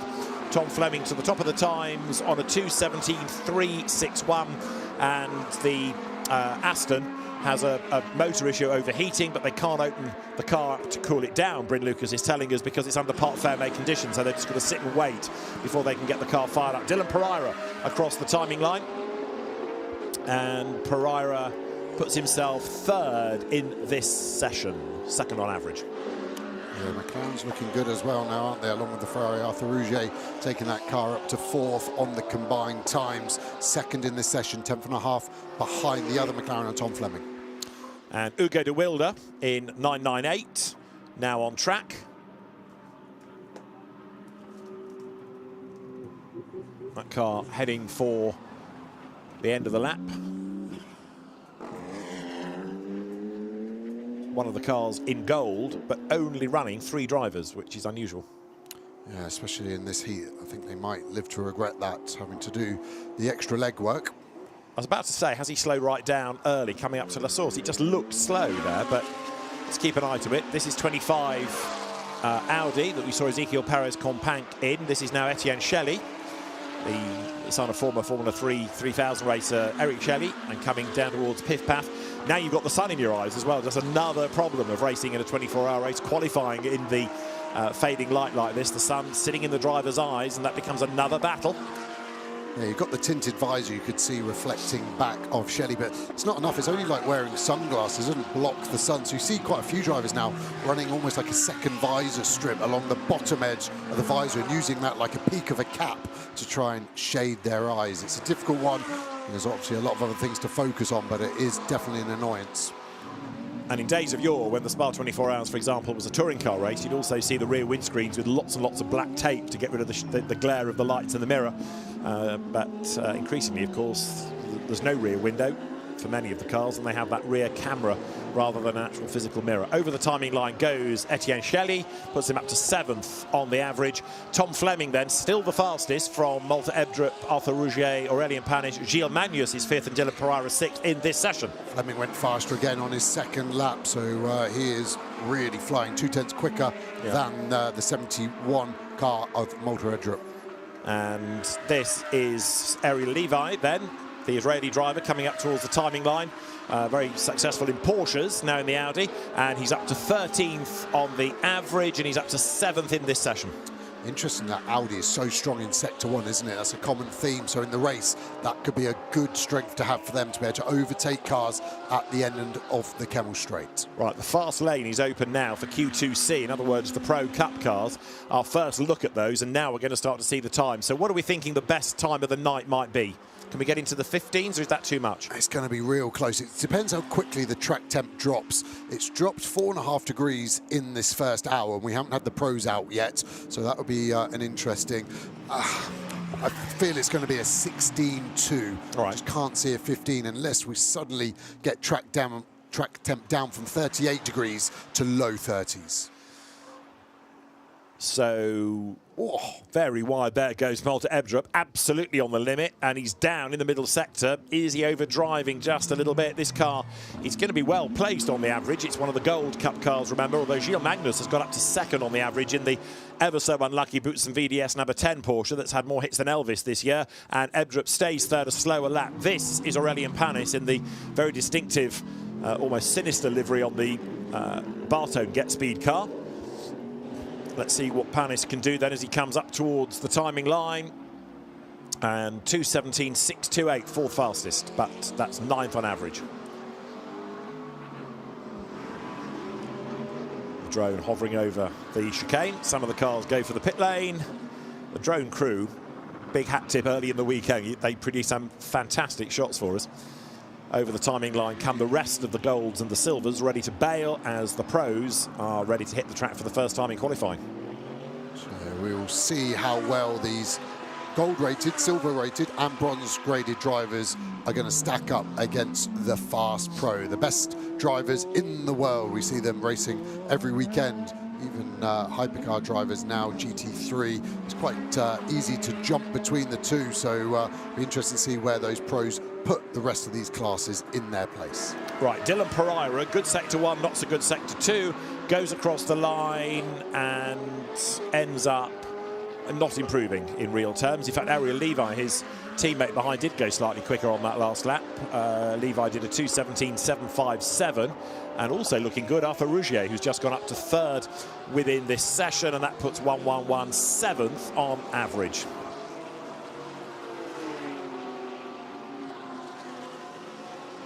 And there, rarely, but a clear track as some cars are heading for the pits and others are coming out onto the circuit, as I say, for the first time then in that Pro Cup. Their fast lane is open. They'll be released very, very shortly.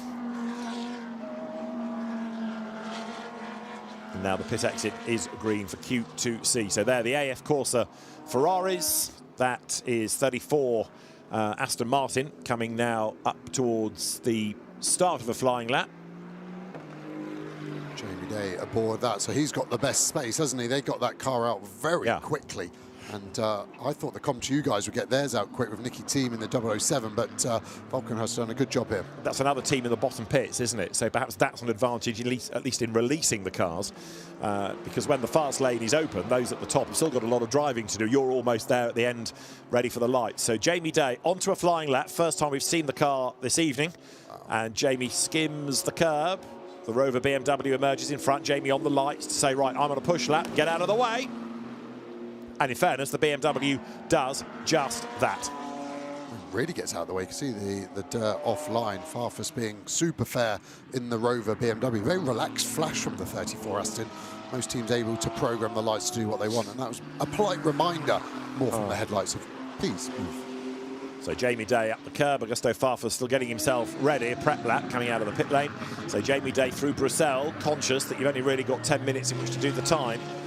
And it's going to get busy, that is for sure. So 2:17.1 is the best lap we've had so far. Tom Fleming, quickest driver that's hit the circuit this evening. Down towards Pouhon comes Jamie Day. Through that long left of Pouhon, ready to get back onto the power, the other side of it. And again, he's got a charmed life in the way they've released the car. Although Ricardo Feller is up the road, he's probably not going to catch him for a couple of corners. And when he does, Feller will be quick anyway. Yeah, the car looking okay. It's not lighting up the timing screens, unfortunately. And sometimes get that with a car. The balance is okay. It feels all right. It's just not fast. It's just not able to rotate and get round the corner as quickly as you want. But it's a good race car, and that is an important factor, of course, for 24 hours around Spa.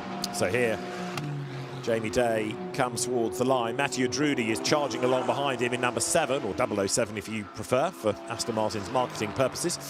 And let's see, first of all, what Jamie Day can do. His is going to be the opening salvo, but of course they will get quicker as they get through the session, as tyres get a little bit warmer and pressures change, and also the fuel load comes down a bit. So the Pro get the advantage in the sense that there's only 3 laps to combine as the average. So the average is going to be just this solo session that the Pros are offering up in this part of qualifying. Right, so Jamie Day goes 15th in the session, and that is a 2:18.617. There's plenty more to come, I would have thought, from the Pro Cup cars. That's not to have a go at Jamie, it's just that it's a start-up lap. Matthew Drudy's car looking a bit nervous there, wasn't it? Coming out of Piff Bavin, still a bit nervous. There's a lot of energy being put into that car down at campus, up towards Curb Paul Frere. But the winner of the event 2 years ago has done an absolute best within the middle sector. And this is looking pretty decent for the Com2 guys. Maxime Martin is aboard 17. Valentino Rossi is aboard number 46, as Mathieu Drudy here is going to be threatening that Tom Fleming time. A 2:17.196 is the best time that we've had within Q2. Here now into the chicane comes Drudy. Goes right up the curb. Will go left. Skims the curb, and as long as he doesn't go too wide, that's okay. He will come across the timing line, and we'll see where it's going to put the Italian driver. Mathieu Drudy goes fastest on a 2:17.134. It's going to be a lap from Martin here. Can we get into the 2:16 club? He comes across the line. It's a 17.3, goes third on the 17 Get Speed car. Maxime Martin then, another previous winner of this event. Valentino Rossi has just gone by, and Valley is 16th in the session. Yeah, Maxime Martin, winner this year, of course, of the Nürburgring 24 hours and the Bathurst 12 hours with Mara Engel, but now you split them apart. And it's been a great season for Maxime, although the blot on the copybook, that drama at Monza. And that's Eurovera now to the top of the times, a 2:17.012. That's 98 thousandths quicker than Lilou Wadou, who has gone second in number 50 Ferrari. Yeah, Ferrari 1-2 then, it's good for them. BMW of Van der Linde up to 11th in this session. Still lacking a little bit. Here's Arjumani in the 64 pole sitting car last time out at Monza. What can they do? It looks like it's going to be a high 17. It's an 18.0, 15 for them. Simon Reicher coming up towards the exit of the chicane in the number 84 Audi. He may not be the fastest of the 3 in that car, but he's a decent peddler, is Simon, having not been racing for that long, and he puts the car first up to 24th in the session. Then it drops to 21st on the average as others come through. Now, who have we got aboard? Number 3, Mercedes. That is Danny Hunkerdea for Q2. In other words, Q1 for this car, because it comes in only for 2, 3 and 4 rather than 1, 2 and 3. Hunkerdea up towards the timing line. Another very versatile racer, from single-seaters to GT cars and hypercars too these days. And Hunkerdea goes across the line, and that is 13th in the session and 10th on the average. Yeah, he's 4/10 off Maxime Martin in a Mercedes as a reference. Lucas Aaron, another Mercedes. The Winward Run man filter car. So strong in Sector 3, this Mercedes. What can he do? This could be a close one. A low 17 is on the money at the moment. 17-1, fifth for the 48. As you look at Mathieu Drudy again, pressing on. So he's down to third in the times, ahead of Joseph Loke, but Drudy doing a good first sector on this lap, but his second sector not quite so hot. Let's see what he can do as he comes up towards the line. So Mathieu Drudy goes through, stays third in this isolated part of qualifying. Maxime Martin seventh on the average, and he's coming up towards the line. Maxime Martin will go through and up to third. Valentino Rossi has gone through as well, trying to improve in the BMW, and Franck Pereira in number 63 Lamborghini across the line. This, though, is Joseph Loke, the Macclesfield driver. Only his second year of GT racing, but he's looked the real deal. Really has, hasn't he? Hasn't put a foot wrong. Looks like the tyres dropped off. He's 4/10 slower than his best previous as we look at the dominant Ferraris first and second running in formation. Guven in the background going to the line, goes to 9th, 17.5 as we go back to Kelvin van der Linde here. Not a great middle sector. What's the last sector? Big drop off, 11th for that car. Luca Engschler up towards the line, number 96, the Rutronic Lamborghini. And this is the Mustang, number 64, growling its way up towards the line. Arjun Maini, 10th quickest. Simon Reicher coming towards the chicane in the Audi, number 84. That car just seems to ride the curbs better than others. Yeah, the body stays still. The wheels just pop up into the arches, don't they? Reicher pushes the line. This will be an improvement for him, I think. 22nd, 18.1. Fella in the line speed. Porsche up to 9th. And look at that. Porsche's 8th, 9th and 10th there. But it's a Ferrari 1-2 on the session times. Rovera from Wadu. Mercedes AMG 3rd, Aston Martin 4th, McLaren 5th, and Mercedes AMG 6th. This is Danny Honkadea coming then down into the chicane, the Red Bull sponsored 2C's run. The Verstappen Racing entered car, heading towards the timing beam. Danny Honkadea goes through and improves on that lap. So that puts him 11th in the session, but 10th on the average. Yeah, Drudy going again. Last time by, we saw him go into the final chicane as the checker flag is now out, and he went in a little bit deep. That's a telltale of the driver thinking the tyre's gone. He's just got to throw a Hail Mary and hope for the best and see if it sticks. So this is where we went in a bit deep. Lap 1, he was all over the apex curb here at the right. Lap 2, we missed it. Lap 3, what's going to be his option? He goes in deep again. Maybe he didn't feel it rode the curb, or he feels like the lap wasn't an improvement and he's going to box. So down the pit lane comes 007, Mathieu Drudy done for this part of the session. And that car will be given over next to Marco Sorensen. They're keeping Nicky Thiem in for the very end. So Mathieu Drudy, a good effort. Ricardo Feller, in the meantime, is still pressing on in the Porsche. Now, it's the second of the Porsches, because Maurice Schuring, the quick Dutch driver, is ahead of him. But Ricardo Feller, currently 9th in the session, is improving at least in Sector 1. And you see the natty lights that they've put on the side of the car. It's not just for us to recognise, but importantly, when it's night time, the pit crew need to know which set of lights coming down the pit lane is their car. So the more visual aid, so they can get the right car to the pit box, the better. Meanwhile, Arjun Maini here in the growling Mustang, heading to the chicane, Joe. Yeah, one more break to go. Just seeing his dash, see the tyre temps. They've come up a long way, 91 degrees on the front right.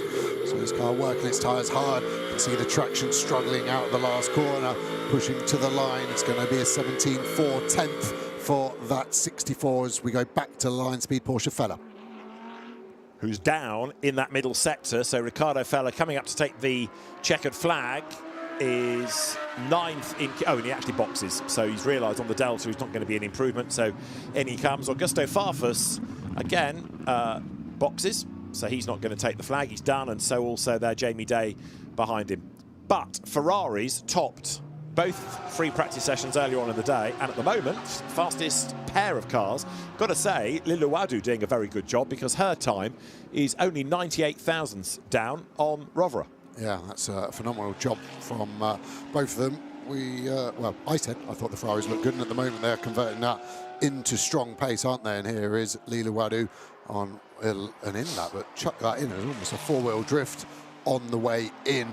We thought the pros were going to shake up the story, weren't we? And at the moment we've got 13 pros inside the top 15 and a few golds dotted in there, and they're 3 driver lineup gold crews as well, as having the advantage of the moment only having one lap time to take into consideration.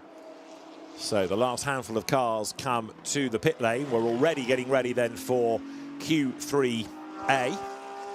Another 10 minutes afforded to the bronzes and the Pro-Ams. So there's obviously a timing thing because this car's now flicked to Leclerc. So it's obviously premeditated. I was going back to Wadu. Last time I saw it, it had LEC in it. So just maybe it's when we saw it earlier on the Optimum car, maybe it wasn't a driver team issue was all I was going to get at.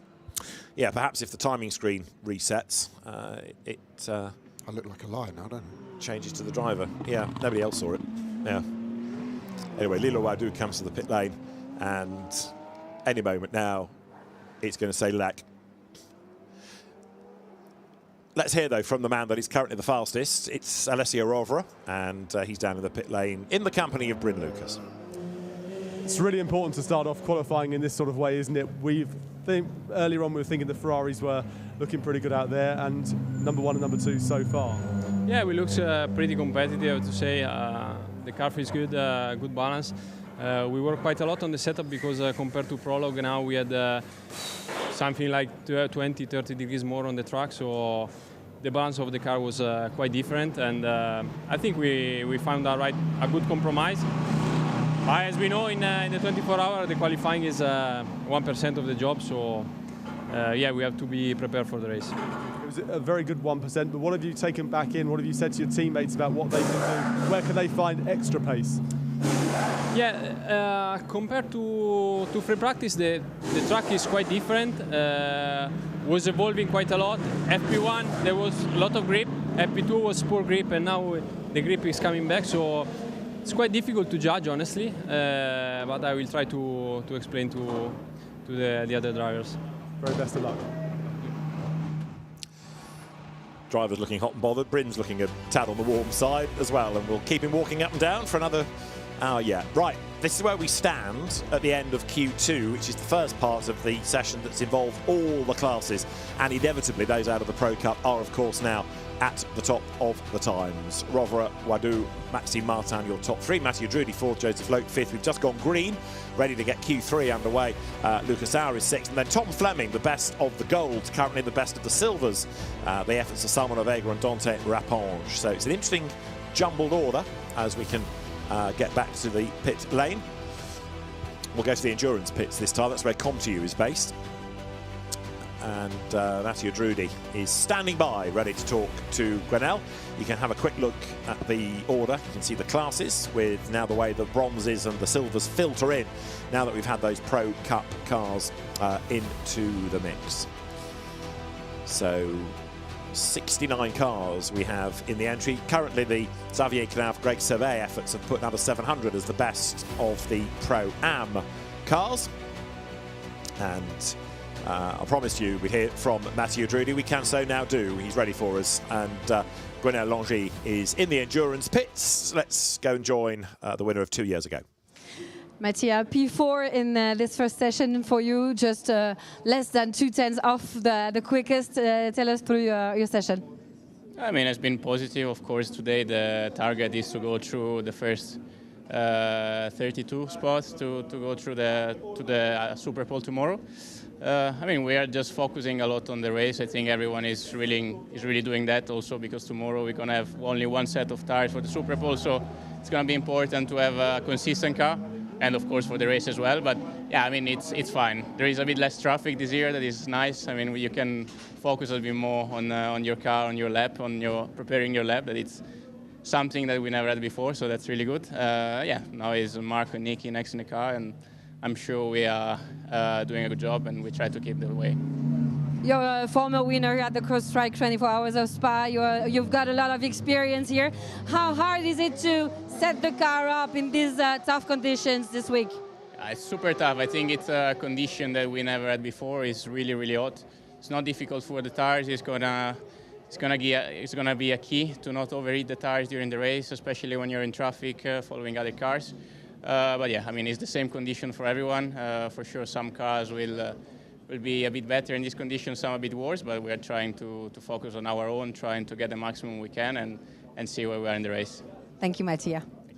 Matthew Drewley then for the ComTU team, as he says, Marco Sorensen and then Nicky Thiem will drive. So Q3A underway. There's number 8 Porsche then that we've already seen sitting in the gravel, but it's now got Nicola Schiro at the wheel, and the car back out again as the session is live, and the circuit starts to get busy. Renat Salikov look in the background in 87 Mercedes. And as drivers have been making the point, we've made the point as well, we're looking for the top 32 on the average to go through into Superpole tomorrow. We start with 32, we get down to 16, then 8, and then it's the last 4 that go into the final 4 minutes.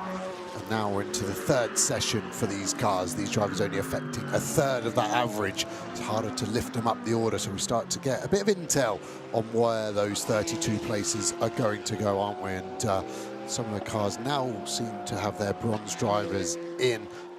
This will be when the track starts to speed up. We're lost another degree of track temp in the last 20 minutes, so it's falling away. No one in the 16s yet. It's still a 17-0 from Alessio Rivera at the moment, the fastest out of anyone. Yeah, Ferrari's having a good day. Renat Salikov looking good then in the first sector, but it's so early in the session, that's not really a representative sector time yet. We need to see where that blends in a lap or two's time.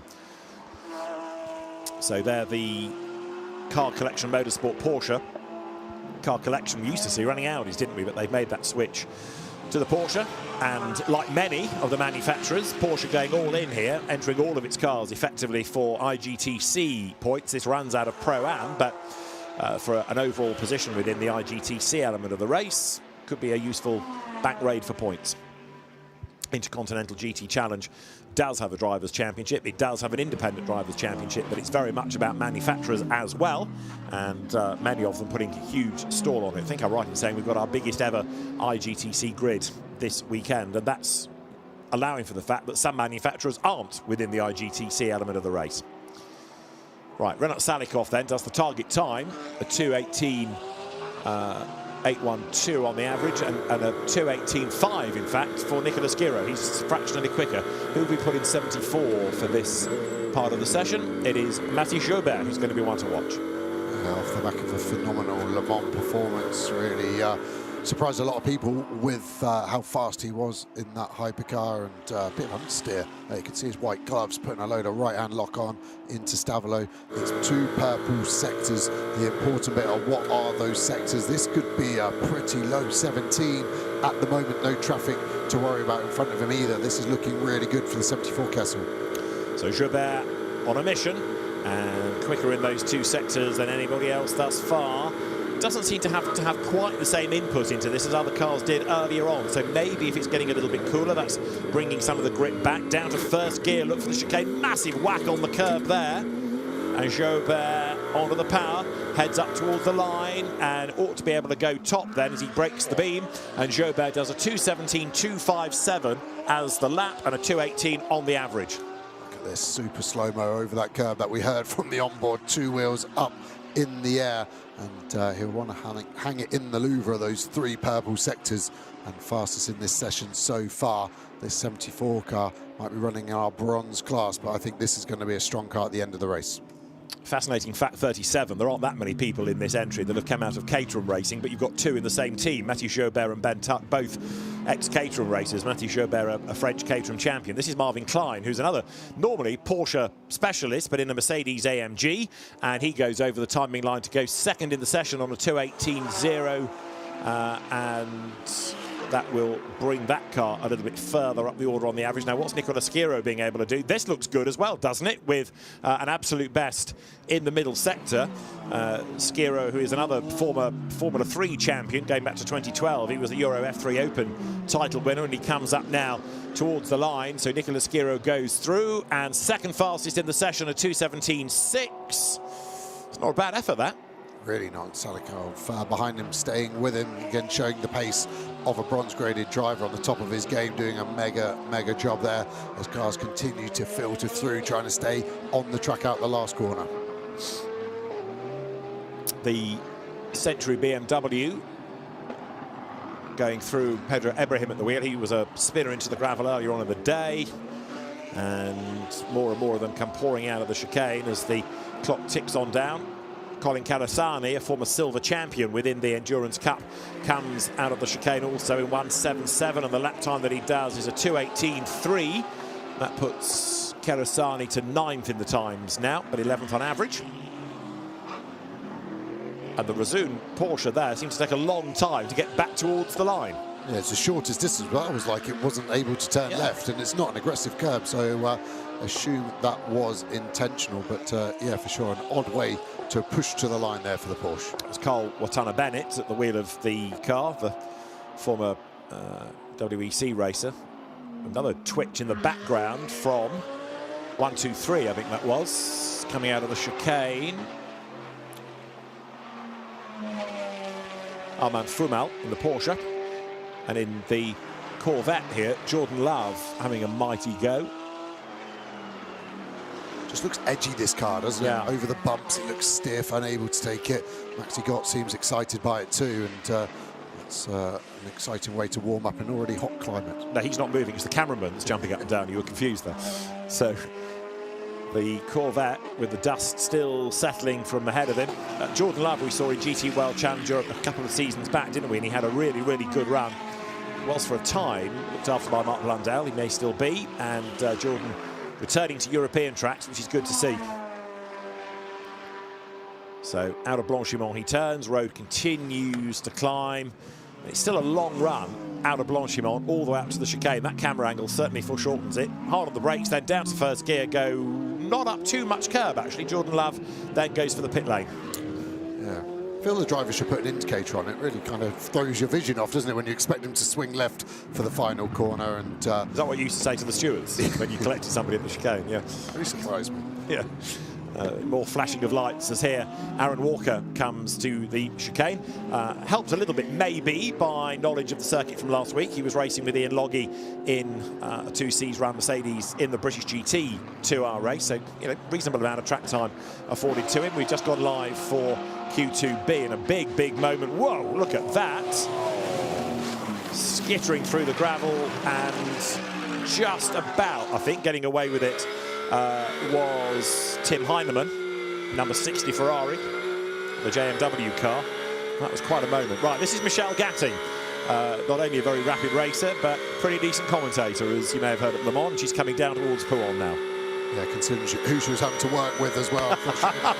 Job at Le Mans. You can see the time delta edging away from her at the moment, so we're 6 tenths now, 7 tenths down. You see the red bar as well. Car looking loose. This isn't the first Porsche we've seen struggling to give the driver confidence to carry more speed into the corners.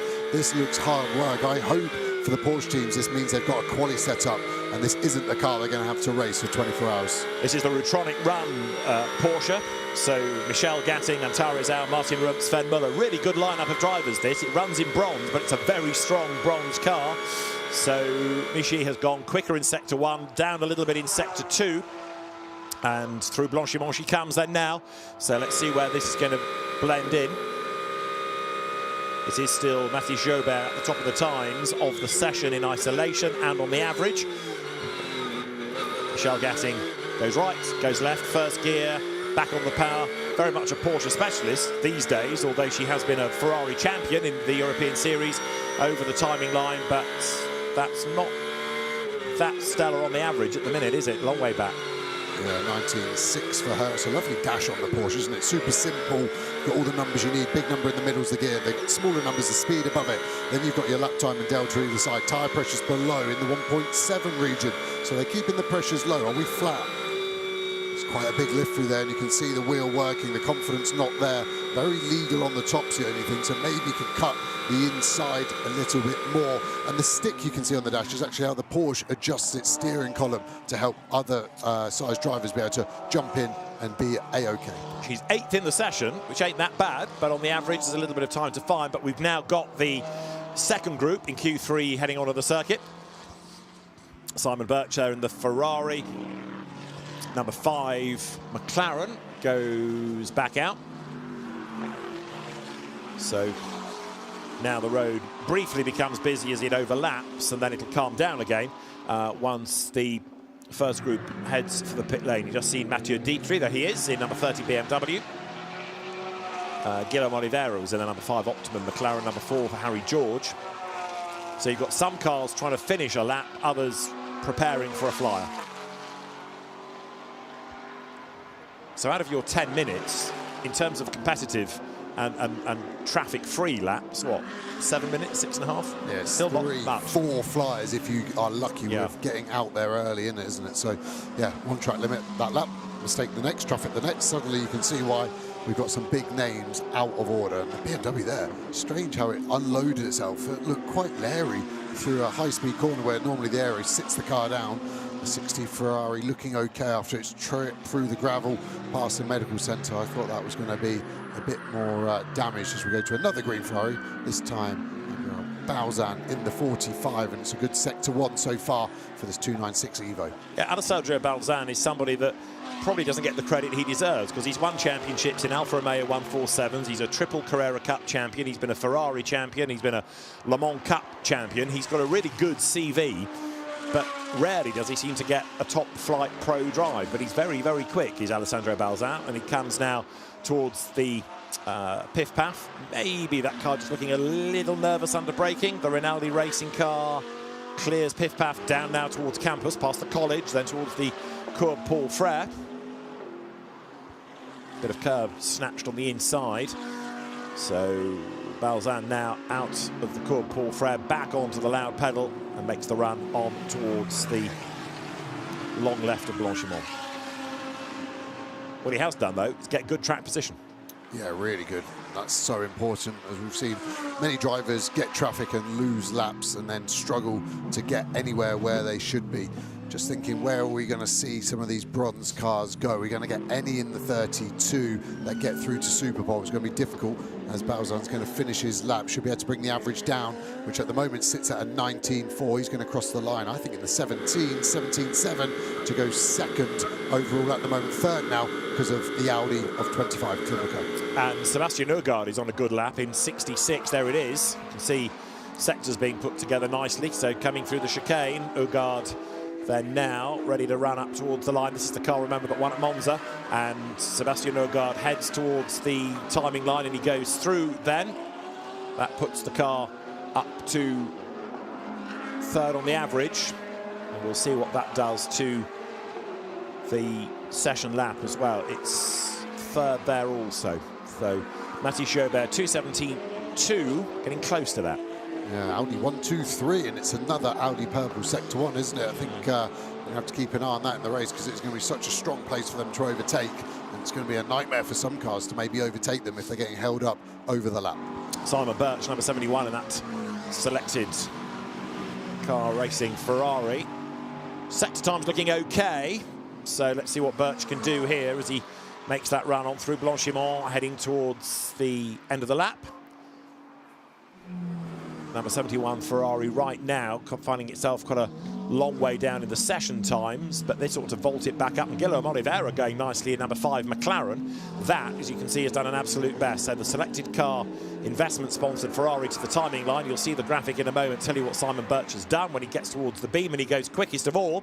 2:17.228, best of the session, but he might be battered by Oliveira. No, not quite. Yes, he is battered by Oliveira. A 2:17.106. Oliveira goes fastest, but it puts him second on the average. There's a 16 coming. Next pro session, there's going to be a 16 out there. Who's it going to be, though? Is it going to be McLaren? Is it going to be Ferrari? Is it going to be one of the other brands that hasn't quite been up there? It might happen yet at the end of this, because we're not quite done yet, and you've still got some quick people to come. So, for example, over the timing line there, the Garage 59 McLaren, we're only about a tenth away from dipping below the 2:17 mark. This is Cesar Gazot, who comes across the timing line in number 6. Mercedes goes third on a 2:17.2, and still they come pouring through behind, the average dropping. Now fastest on average has gone Louis Pret, who is 6th in this session. Meanwhile, you've got the Alex Frasinetti Audi being chased by Sebastian Oegaard's Audi. Could either of these do anything about the 16s? Well, Oegaard is looking like he might do there. Comes up towards the line. 2:17.1 is still the target time. Over the line goes Oegaard, and that lap is a slower one, a 2:17.4 after all the effort. Big bounce over the curb for Simon Gachet.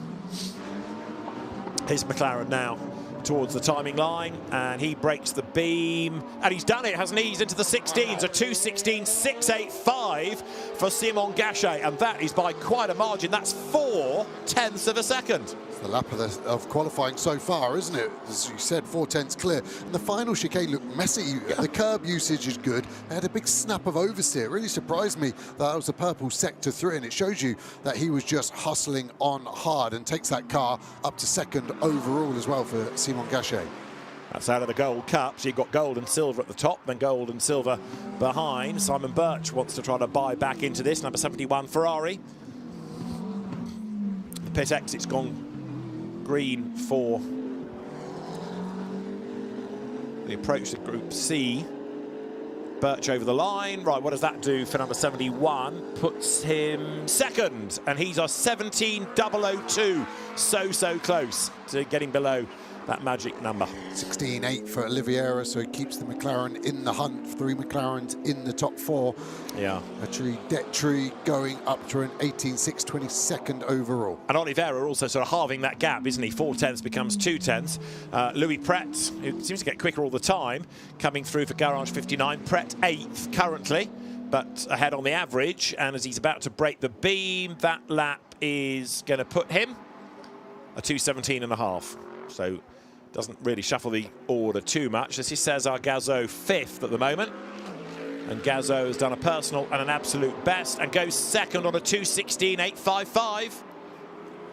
Track temp suddenly dropping quite quickly now. There doesn't seem to be much sun blessing the tarmac anywhere around here at Spa, so the times are going to start to tumble. Yeah. Air temp still high, 29.8 degrees as we go late into the evening, 9:20 local time here. It's happy hour now, isn't it? The drivers and cars and engines and teams, everybody a bit happier. The conditions are cooling and getting a time out of the car is a bit easier, but here I think Simon Gachet is going to be delayed a bit by Harry George, not deliberately, but the Optimum McLaren in the wrong place at the wrong time. So Gachet, in fairness, had lost ground anyway. Look in the middle sector, and he's a bit stuck behind Harry George coming up towards the timing line. Gachet breaks the beam, still a 2:16.7. So Simon Gachet over the timing line, a 10th down on his earlier best. That's pretty impressive given the traffic. Really was, because for sure he would have been compromised, even where he would have had to brake not to go in the back of Harry George in the Optimum McLaren Pintos here in the Greystone GT car. Popped into Mark McLaughlin, team owner of Greystone earlier, was really happy with his driver's performance and his team's. Like you said earlier, David, big step up for Greystone, but they seem to be holding their own in the most competitive GT championship in the world. Tommy Pintos, the young Spaniard, who did have a spell racing in the UK in Ginetta Juniors. Seems like half this grid has done Ginetta Juniors. If you're under the age of 25, you'd have been on a Ginetta Junior grid. So Tommy Pintos here looking pretty rapid with personal bests in the sectors. So 3 drivers, Gachet, Gazot and Oliveira, all in the 16s, and Pintos a 17.8 as he goes across the line. He's 12th on the average. Down to 13th straight away, being the competitive nature of the amount of cars we've got out here. And the Audi of Santalok Klimico still going back. My hero from Zandvoort last year, where he got his elbows out and had a mega result there. And middle sector looks like the tyre has dropped away. Maybe he'll just finish the lap if he can get a toe off the Ferrari, but it's going to be a difficult one to improve. But they'll be happy at the moment, 6th overall. Right, the pit lane has gone green for the Pro Cup cars now, Q3C to get underway. Still having a fair few laps disappear for track limits, and actually last time through this car lost a lap, so Klimenko comes to the pit lane. Session done. And again, teams that don't get into Superpole will tell you, well, it's only qualifying, it doesn't matter, it's a 24-hour race, and those that get into Superpole are going to be super committed to trying to get the top time. Kobe Pauwels then kicks up the dirt, as a good ex-rallycrosser does.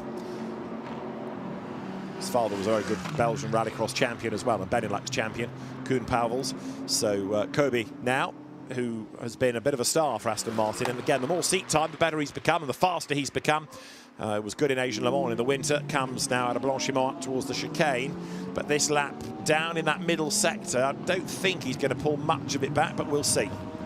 Difficult once you lose that much time and you see it in front of you. Some drivers these days actually turn the delta off. Lando Norris in Formula 1 started a bit of a trend that it's a distraction and you're better just to go on your feeling. And it's brave if you can do it, because what the Delta gives you is a direct correlation of what I've just done at that corner. Was it better or worse? And that's why the drivers get addicted to it. So the exit of La Source still really, really dirty with all of that gravel. Now, because the temperatures have dipped, you've got fans at the front of the grandstand. It's a mega view from up there, it really is. You're a bit breathless getting to it, but it is a mega view. So now you can see the cars pouring out for Q3C, including there the number 96 Rotronic Lamborghini, and their 84 with now Christopher Hasser and Marcus Winkelhock to bring that to the end of the session. Interestingly, every time we've seen the new Lamborghini, neither Rotronic or Grasser running any headlights whatsoever. So I don't know if that's coincidental or something with the car, but as we go to it, the only car I've noticed anyway not running a single part of their illumination kit on the front bumper. There's the fan zone, which is going to be very busy tomorrow night, and certainly on race night, with all the big grandstands around the concert stage. The shopping village is there. Still haven't got around to going, much to the delight of the family. No more model cars to be bought, but it'll be very, very busy tomorrow. There's also a good bar down there if you're offering. What's your favourite Belgian beer? We haven't got long enough to go through the list. But La Chouffe and Triple Carmelite, you can't go wrong, should anyone care. Right, we've got the pros out on track, and there, in number 34, the Aston Martin, now Enrique Chavez, and then Christian Cronjes are the remaining two drivers. And Christian Cronjes does this part of qualifying. He's another former winner of this event, won it in 2018. That was a real surprise win that Valkenhorst's BMW had. And Cronjes kind of specialises perhaps in the Nordschleife, but it's not a dissimilar circuit, this. No, true, the flow of it, the commitment needed, the length of it, and yeah, then you go into the weather, and not far from here, under 100 kilometres. I've actually done it on a bike before, beautiful part of the world, and the forest almost link. You could swing from Tree here all the way to Nordschleife if it wasn't for the E42 motorway. There in number 48, Lukas Stolz. That was the Windward car that kind of bought itself a good result late race at Monza. The rooftop party is in full swing. It's getting busier and busier and busier. Teams with no time to really think about that, still cycling cars through ready for the next part of qualifying. So let's see what Stolz can do. If anything, Cronjes looks to be quicker. He looks to be getting a little bit nearer on the track. Yeah, as he backed out, I thought it sounded like the throttle rolled out of it. I'd be surprised that you'd need to with the 48 in front, but still looks loaded through Blanchimont, and he's pushing on into the final corner. And what can Cronjes do? Because that middle sector, not the best one out there. Yeah, that doesn't sound like an attack, does it, coming into the chicane? But he's perhaps trying to get that Mercedes away, knowing that if he backs off and Stolz presses on, that might just allow the gap to remain all the way around the lap. Marco Sorensen then here, coming up now to the exit of Blanchimont. On board now for this final break of the lap. Big bump right in the middle of the brake zone here, so some drivers go left and right, some just commit over. Little bit of curve. We saw the same from Drudy, didn't we, earlier on? One lap lots, and then the other two, not much. Pushes to the line, the clock ticks up. It's going to be a 17.6, takes the car to second. Maxi Gertz, who won on his first outing in the 24 Hours of Spa, comes over the timing line, and that puts him, for the moment, to the top on the average. But at 2:17.386, is only 7th within Q3. Yeah. That's Dan Harper, two-wheeling. It's BMW sounding great. The straight 6 turbo car getting out of it here as we see the 50 Ferrari push to the line. This car lit up the timing screens first time out, and Arthur Leclerc 17.6, third overall in the combined at the moment.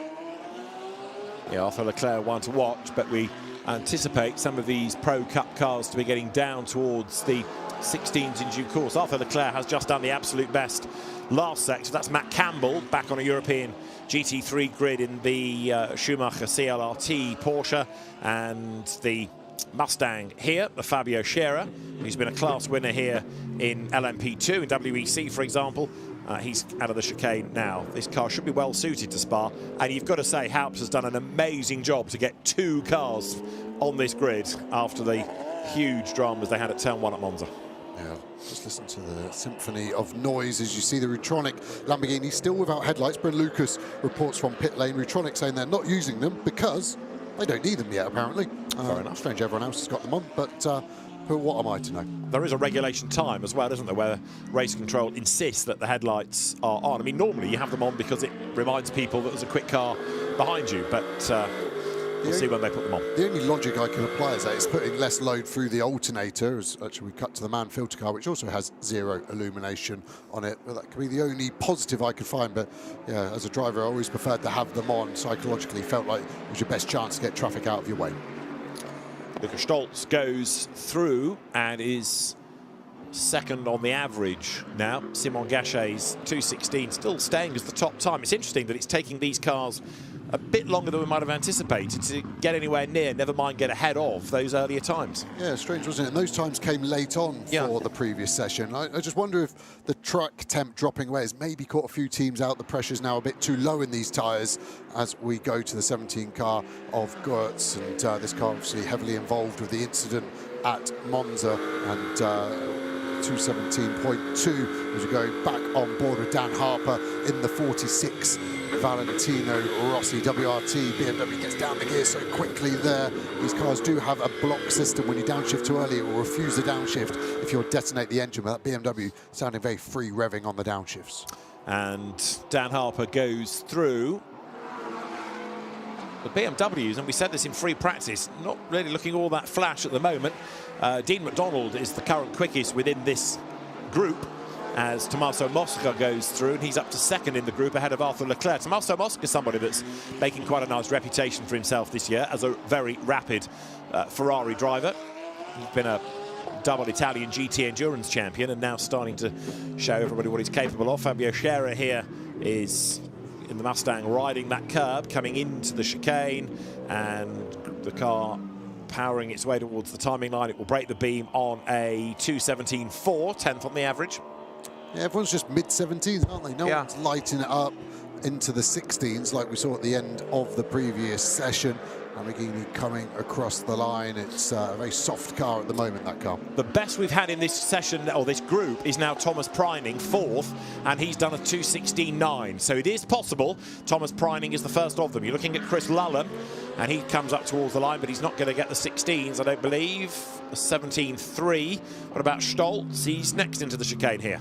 Yeah, it's probably going to be the last car to squeeze another lap, unless Cronjes in the Valkenhurst car can. 9 seconds, got to get to the white line now, so going to squeeze one, and it'll be same, yeah, just about for the car behind. Yeah, close, a 17.1 for Stolz. And what about Christian Cronjes behind? There is the Tommaso Mosca Ferrari then. So that's now ahead on the average, although in this group, Mosca is fourth. Yeah, I know we were talking about happy hour earlier, although your face didn't say it, David. I just wonder if we're seeing what we actually saw at Le Mans a few weeks back with the humidity being so high. Although the sun goes down, I think the humidity and the dew point on the track then comes into play, because it was a really fine window. I'm just surprised these pro cars, seemingly as an average, 4 or 5 tenths slower than the previous run. Of course, shows you how strong and competitive drivers are in all classes here at Spa 24, but I just expected that trend to continue. Now, if this were the race, and this is happening during a stint, that's something else to factor in, isn't it? Because you start the stint thinking, well, God, this car's fantastic, and by the end of an hour of being on track, it could be not undrivable, but a different animal. There's just so many unknowns for a Spa 24 for the teams. The track temp, the ambient is one, but I've never seen humidity at 75% when it's not raining at Spa. So there's just so many unknowns for the teams to have to go. There's not much wind. The direction is in its normal way. It's on the tail into the bus stop chicane, headwind down the Kemmel. So there's some things they can guarantee, but some they can't. Thomas Preining doing a bit of weaving there. This is the one car out of this group that we have got into the 2:16s, but quite why the weave, I'm not sure.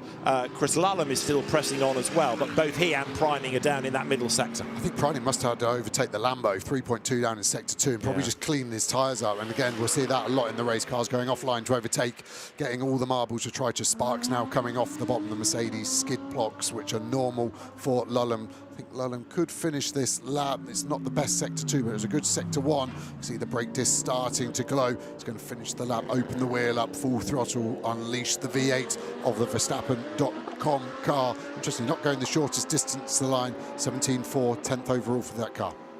And Lukas Stolz heads towards the chicane. Boxes.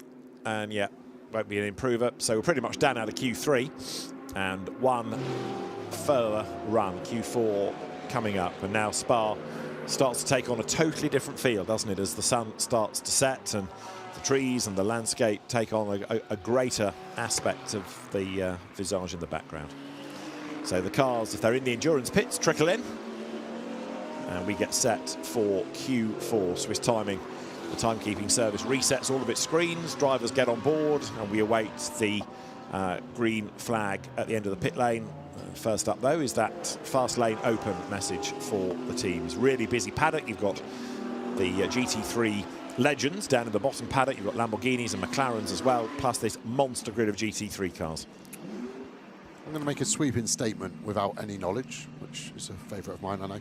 I can't see anyone inside the top 10 now struggling to not get in the top 32.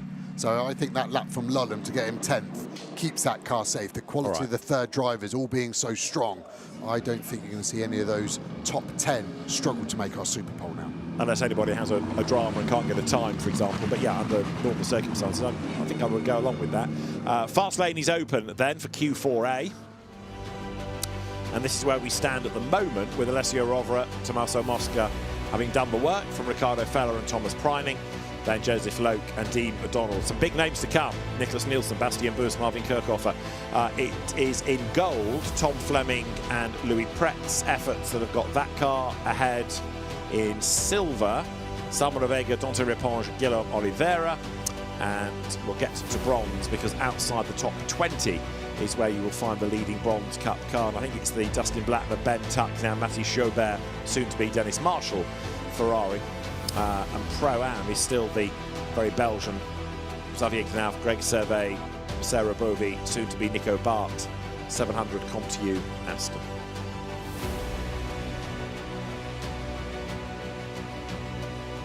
It's a stellar lineup, isn't it? Every time you look at a result line, you see some star names, and Miguel Molina, for example, a Le Mans winner, ready to go in Q4 in number 70 Ferrari. Ben Green to go the Corvette Zero, and Joel Stern, James Kellett, Mathieu Jaminet, Nico Menzel all still to come. Sven Muller is going to be worth watching in that. What do you want to be as top 32? Yeah, exactly. G's did a mega job in his stint just then. Just looking now to have a good few runs. Yeah, like I say, the aim is just to be in the top 32 for this session. So no points for winning now. Get into the Superpole and then see where we go from there is the main goal. We've seen times come down and then go back up again. And where's it settling? What do you think you can achieve out there? Hopefully mid-16s. I'm not sure. I'll see when I'm out there. Obviously, lower fuel. You know, the track temperature's coming down. So just got to see what we can do. Okay, well, that should put you in the top 32. Good luck. Hopefully. Thank you. Now we have a red flag, and the pit exit had gone green. Some cars had got out. I was thinking maybe they'd gone out in error, but the pit exit did go, well, we were told it had gone green. And there, look, cars that had gone over the line, I think, are being released to go around the circuit and join the queue. At 80Ks, that will take some time. Yeah, it will rather. But the reason for the red flag is not immediately apparent, unless one or two cars have gone out too soon, and in the interest of fairness you've got to stop it and go again, because otherwise they'd be gaining an extra lap effectively. Yeah, so these cars will just cruise back at 80Ks, and unfortunately for them, they're on their new tyre, so this isn't what you want for your new tyre. You want to get them out the oven, bolt them on the car and drive out, and build them up on your out lap and then push.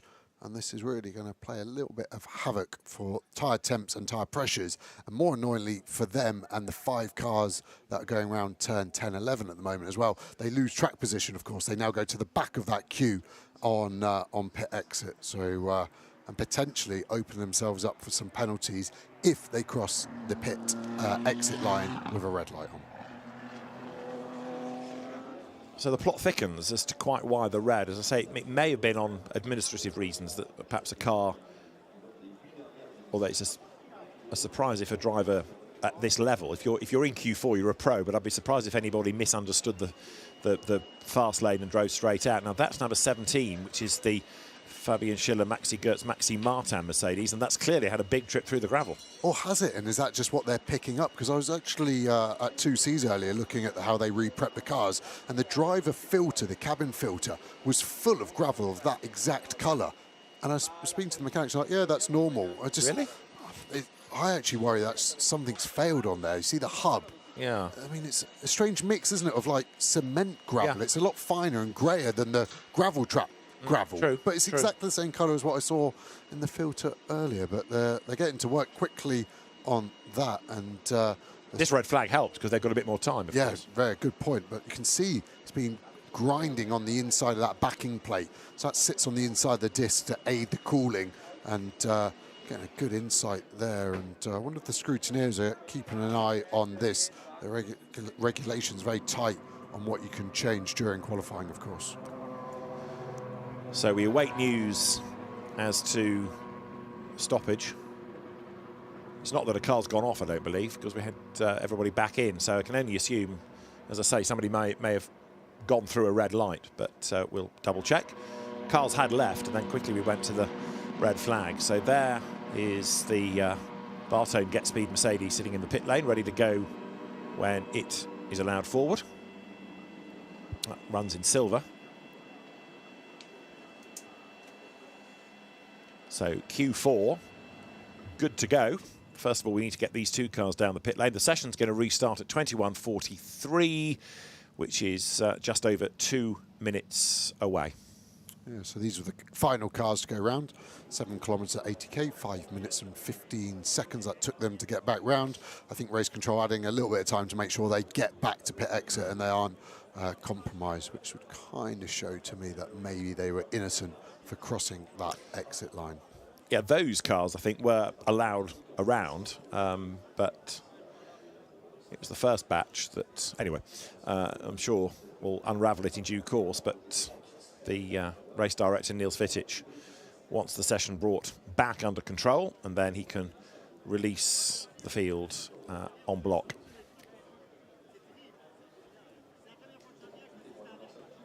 So there is the line forming. Final 2 cars now back, and that was that loss I was talking about. They were at the front of this queue, and now they are at the back of the queue, and what, they've 14, 15 cars back, and they're going to have to work a lot harder now to find some space. But initially they were in the middle because the first handful had gone, then they got stopped, then they were released. So it's like how I shuffle a pack of cards. It is a little bit. Terrible. Right, that line is good to go. We're about a minute away from having another go at a green light. There's that new grey pit building, more hospitality buildings here, and that new bridge that links both sides of the circuit, rather than just a gantry with the lights on it, is now a proper bridge. That's where the old Uniroyal Tower used to be, that for so many years was the race control building, but demolished and rebuilt. Further up the pit lane is the old timing building. That's probably the next one that's earmarked for renovation. But you've got to say, Spa's had a huge amount of investment in recent years.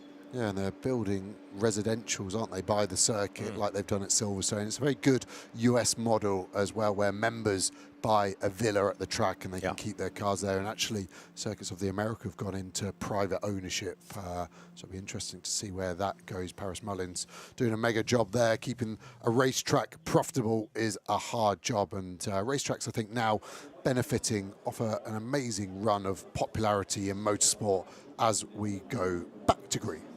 We do indeed. There's a good vantage point on that Ferris wheel, as the cars are now to the left of them, making their way out onto the circuit. Legit this time. Everybody now being told they've got to have their lights on, so Rutronic can't get away with being in the dark, as it were. Got to go green. Right, we're back on track, and our final part of qualifying to determine a grid is underway. That's part of the pit lane you see with the right and the short straight, and then the left, that's a no-cut zone being very carefully policed during the course of these sessions and the race itself. A lot of weaving going on, and this is really the first time that we get in this year's event for our director to go headlight spotting and try to work out what's dazzling him and what's brightened the cameraman's viewfinder. There is the Porsche from '93, the Ziggo Tempesta Porsche, run by the Herberth team, and powering its way down now towards Bruxelles. Quite an aggressive tyre warm-up. Can you hear it's flat out on the throttle while on the brake? So the best way to build the temp is to ride the brake. So don't suggest you do it in your road car because you'll eat a load of your steering wheel, but the best way is full gas and then give it a load of brake at the same time as we get ready to race under moonlight. A very FLL down of you. Right, the dynamic Porsche, which doesn't go in this section, gets ready. Get the tyres on that car when the fast lane is about to open and send it down to the end of the pit lane. So now you see what an impact the lights make. The natural light certainly faded over the last hour or so. One or two cars getting out of the way to try to find clear track space. Sometimes maybe in a session like this it's easier to follow than be followed as well. Yeah, the light at the moment as a driver is better. The camera always makes it look slightly darker. So at the moment we'll be okay with that. And air temp actually just hanging at 29.8. Seemingly doesn't want to drop. Drivers now instructed lights must be on. As again, we're going through this warm-up phase. That's why we're hard on the brakes, where typically we'll be hard on the throttle. But all lights now must be on. James Kellett in the Paradigm 991 BMW. That's a sign of confidence from Darren Lung that he's been given the last part of qualifying when the car's at its lightest and perhaps the fastest. James, a Ginetta champion who's also raced in Porsches in the UK and in Germany. A quick Yorkshireman. Sorry, it's all the way down in 60th, isn't it? After a strong first session for Fourier, his time is accredited as a 2:45. So he must have lost those fast ones that we saw to track limits, because he was well up there in his session, wasn't he? But his fastest time is down at 2:45, hence why the 991 down in 60th place. So James Kellett pushing on then, sets the target in Sector 1. Darren Lung, great enthusiast. Somebody else has not been racing for a massive amount of time, but along with Simon Traves and new recruit Jamie Warren, they built Paradigm into quite a powerhouse. And Darren not only finding the right people to drive with him, but also helping young drivers to move up through the ranks. And as we said earlier on, Leighton Forey is the latest example of that, being a new recruit for this weekend. James Kellett, now a stalwart Paradigm driver, and he's got the road to himself pretty much, hasn't he? Yeah, looking nice, isn't it? It's going to be quite easy to spot this car at night for our producer, with a lovely pink LED lights in the grille and over the top, and lots of teams add this driver ID just so when it's in pit lane it's slightly easier to spot your car from the other potential 68 cars. Except we've got a Porsche with lots of pink lights in a similar vein on the side, so as long as you know which one's yours. But yeah, they've decorated the front of it as well, that mouth almost with pink lipstick on it on that BMW. So coming out of the Coop Paul Frere comes James Caddick. He's lost his absolute best Sector 1, you'll have noticed, because now he's been bested in that as well by Dennis Marshall. Perhaps no real surprise in that Castle Ferrari, because we know that Dennis is another very, very quick driver. James Kellett now coming up through Blanchimont. And Dennis Marshall's lap being pieced together on that other graphic there. James Kellett goes down through the gears, launches himself over the curbs, and let's see what the lap time is going to be. We're looking for things in the 16s, and we're not going to get that. 2:17.5. Yeah, on the nose, Marshall still 40 seconds away as cars stream past us. You can see a difference in light strategy. The Porsche light's so bright. Here is Dennis Marshall coming in through Sector 3. We've got a bit of traffic in front of us, haven't we? It's the 177 car that's potentially going to get in the way. The Mercedes, they're just about okay at the moment. Just want to see if we were flat through there, but we're in the dirty air. This is going to be hard to know where to brake. You don't want to brake early, but you don't want to rear end a £500,000 Mercedes GT3 car. He's just going to get away with it. He opens up the last part. He's going to get a slight toe to the line, but actually we're up on the sausage curb at 19. At our flow, we cross the line 17.3 with the purple Sector 1 and 3.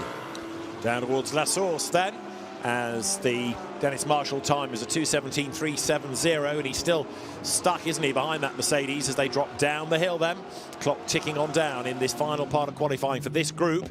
Meanwhile, another effort is being made there. Look on the inside line by number 8 Porsche that's got the very rapid Joel Sturm behind the wheel. And this could be a good lap by Joel as he comes now up towards the line. The Porsche is about to break the beam, and as he goes through, he goes third, a 2:18.102. But that brief period of laps in the 2:16s has gone, and Sturm round the outside. That was brave at La Source. Carrera Cup race, wasn't it? I thought they were going to take each other out for a little moment then, as we see the Zero Corvette. I feel I can hear it from the drone. Then we flick back from our lowest to our highest numbered car, the 999. Benjamin Pack at the wheel of it with the blue lights on the side for the recognition. Here he comes, and let's see, comes into the chicane. It's not going to be a mega lap, but it's going to be decent enough, I think, in the 17s up towards the line. Does he? No, 2:18.3, just tips over the wrong side of that. So 10th thus far is Benjamin Pack out of La Source.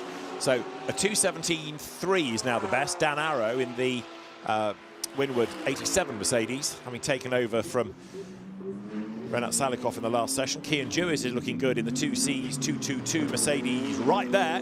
Kian Jewis, who is another much underrated British driver, but is a lot better than he gets credit for. I think he was an absolute revelation in British GT last year, but was rather overlooked wrongly, and he's just gone third fastest as he goes over the line on the average, and fifth in this session, Kian Jewis. So going well, as you would expect.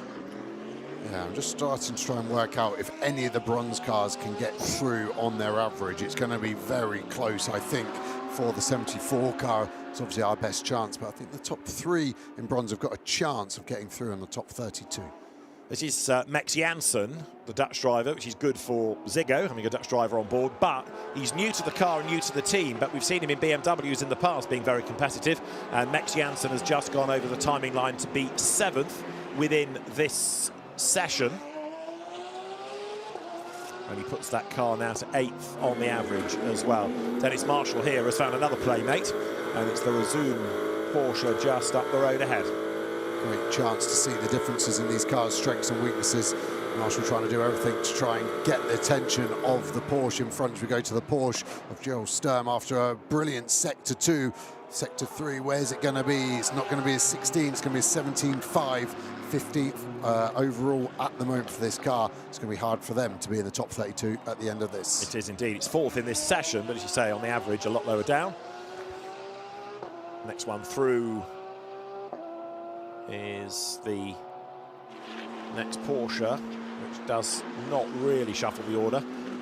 Leo Yi, in the meantime, in the high-class racing 911, number 86, is currently 9th in this session. A lot of dust being kicked up there from the Mercedes. Benjamin Pack is just on a good middle sector, and as he comes up towards the timing line, let's see what he can do in number 999. He can go 3rd in the session, 2:17.409. So good effort that. There he is by Benjamin Pack. We'll see whether he does another lap or whether he decides to pack it in.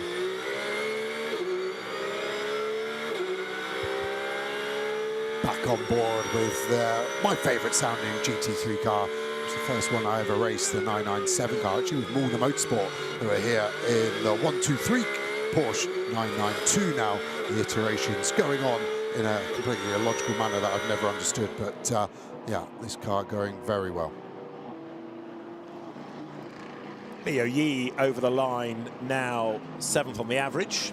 Sven Muller is in this session as well, number 97 Porsche. He ought to be one to watch, shouldn't he, in that Rutronic car. I just wonder whether that's actually 100%, because it seems to have been so sluggish across each of the drivers, and you wouldn't have thought that would be the case. This car, though, is the one that's fastest in the session thus far. Dan Arrow, Dan Powell as was, but he got so fed up of people not being able to pronounce his surname, he changed it to Arrow, which he thought was quick and pointy and had some energy and urgency to it. So Dan Arrow he now is, and going nicely here in 87 Mercedes AMG.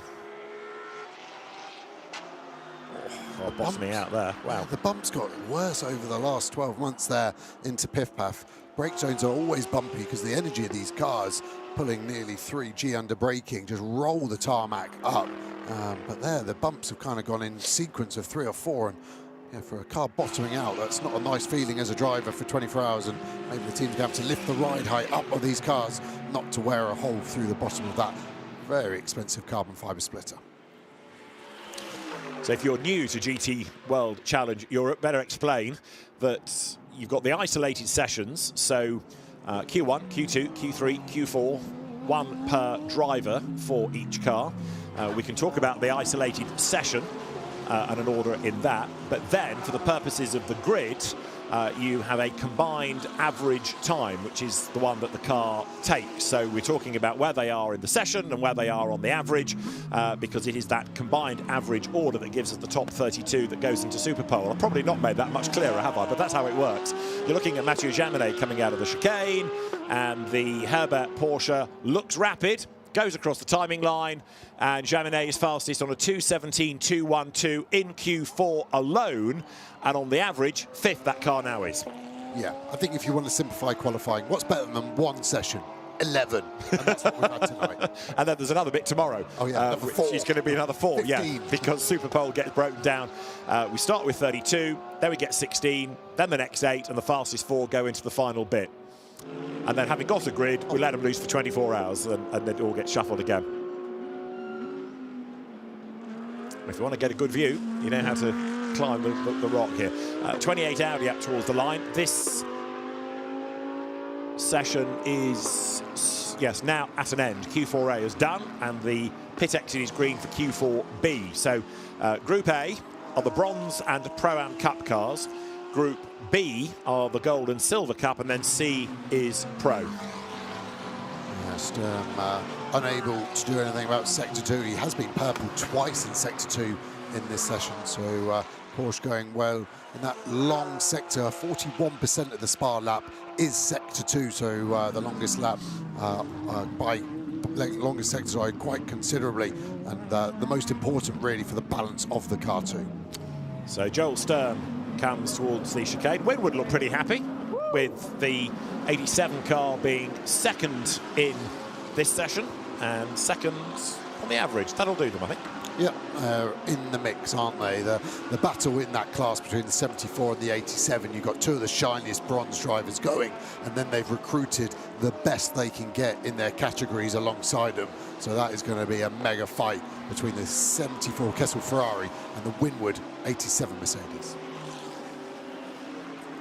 Quick fly down pit lane to pick out the cars for Pro. And in some cases, Gold and Silver getting ready. But you can see many of the cars that are in the Pro Cup without the wheels because they're not needed out of the ovens yet.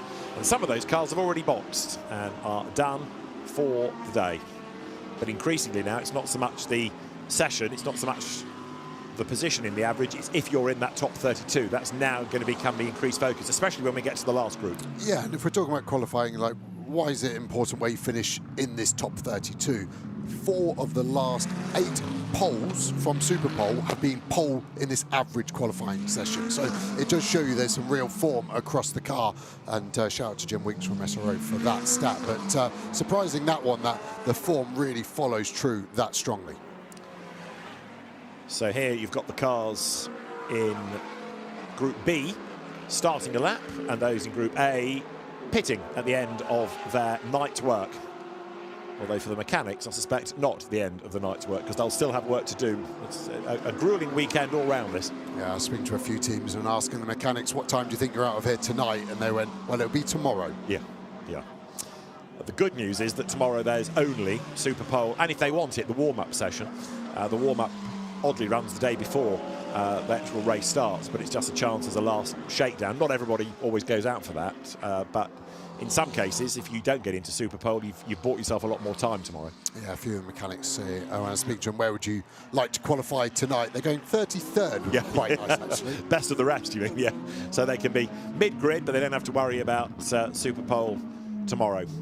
And it's going to be interesting to see whether Christian Cronje's car gets through to that, because Enrique Chavez was the poor bloke that binned it and put it out of the race last year. So A, does it get through? And B, if it does, is he going to be given the responsibility? Ruben Del Sart crossing the line. His father, Rafael Real Del Sart, one of the drivers that came to prominence in the very first year of Formula First, the budget single-seater category in the UK. Mikey Porter, we heard from a little while ago. He's now been put into number 5, McLaren. And track limit cancellations are coming thick and fast right now.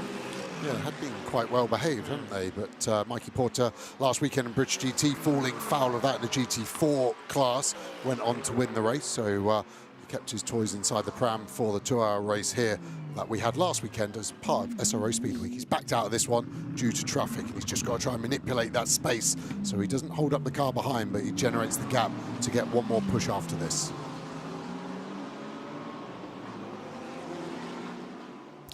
Mikey Porter then up towards the line. The car now leaps up on the average, but of course we're not necessarily comparing like for like here because we've got another batch of cars still to come, so the order is a little bit distorted right now. Carol Bash, one to watch, normally to be seen doing great things in Lamborghinis, but aboard the Get Speed Mercedes, Adam Osika's team. Remember a few years back, Adam was brought in to drive in place of Kenny Habel against his own cars. Get Speed were on the grid, and after Kenny Habel had his big accident in practice at Eau Rouge, then eventually it was Adam Osika who was able to get into that car with the right grading and help. I think it was a class win, but the Get Speed cars were on the grid anyway. This is David Perel, the South African, who after a bit of circuit racing ran out of money, went off and became a good sim racer and started a sim business. Coach Dave is his company. That gave him the financial clout to come back into racing, and in real world racing, largely in Ferraris, he's become a very, very good racer indeed. Alex Arca, good to have him back after missing Monza, and another really quick driver. He goes through and goes fastest then on the average, and he's quickest in this, and he's done a 2:16 as well, a 2:16.969. So are we now back on for good laps? How low in the 16s can we get them? Yeah, the gloves are off, aren't they? And it's where can they get with it all? Suddenly seems to have come alive. Track temp now 35 degrees, air still at 28, so it's not massively an obvious happy hour, but the lap times are starting to say otherwise. There is Jens Klingman, another vastly experienced driver going through. Trace Jens back to racing in Formula BMW, even Super Trofeo. Here, Gilles Stadsbader has been a peripatetic driver from brand to brand, Lamborghini and BMW, now Ferrari, and he's aboard 52 and looking pretty handy. This is the car that he shares with Francesco Braschi, with Jeff Machiels and Mattias Zagazzetta, the Peruvian that used to race in the British F4 Championship. But Gilles Stadsbader, who's another Italian GT champion, comes up towards the line. And let's see whether he's anywhere near the 16s when he gets to the beam. It's going to be a 17.9, so quite a long way adrift, actually. Yeah, it's difficult to try and find the lap time over this lap when you start to overdrive it as well. So sometimes Spa prefers you just bringing it back a bit, slightly earlier on the brakes, getting on top of the apex curve, getting the exit there. As you see, one of the McLarens putting down the rubber out the last corner, trying to put roughly 560 horsepower down just through the rear wheels, of course. We just had Frederick Schandorf do a 2:17.2, so he's getting there. What can McLaren do here? 58, Benji Goethe, perhaps a little ragged into the chicane. The car now gets the power down. Didn't seem to maybe have quite the same bite that it needed coming off the corner, and he's in the 17 to 17.3. He's quickest on the average, but he's now fifth in this session, third in this group, and third on the average. Yes, lots of math to be doing, but it's now the combine that's the important one, isn't it? And as you said, that 58 McLaren has gone back to the top there, and the number 5 McLaren, 5th overall, so that's easy, same as its car number. And sorry, it's the full one, so it's not the same. That's annoying, isn't it? And this guy down in 11th. And the fast lane, it's been a long night. The fast lane is open for Q4C. In other words, this now is coming towards its close, and we're going to get the pros out on track to give us effectively the provisional classification, and that top 32 is what we're going to be looking at on that graphic. Yeah, just looking back at the bronze classes, so the 87 car is in 18th, the 74 is in 12th. They're right on the cusp, I think, of making it through. I don't think the 87 will now, but the 74 still has a chance. James Kell in the 111 CSA Racing McLaren. Car just hops a little bit coming into the piff path, but James has done another massive amount of racing in recent years. If there's a GT championship going, he'll be in it, whether it's GT World, whether it's IGTO, whether it's Asian Le Mans. And comes now out of campus on towards the Cours Paul Frère.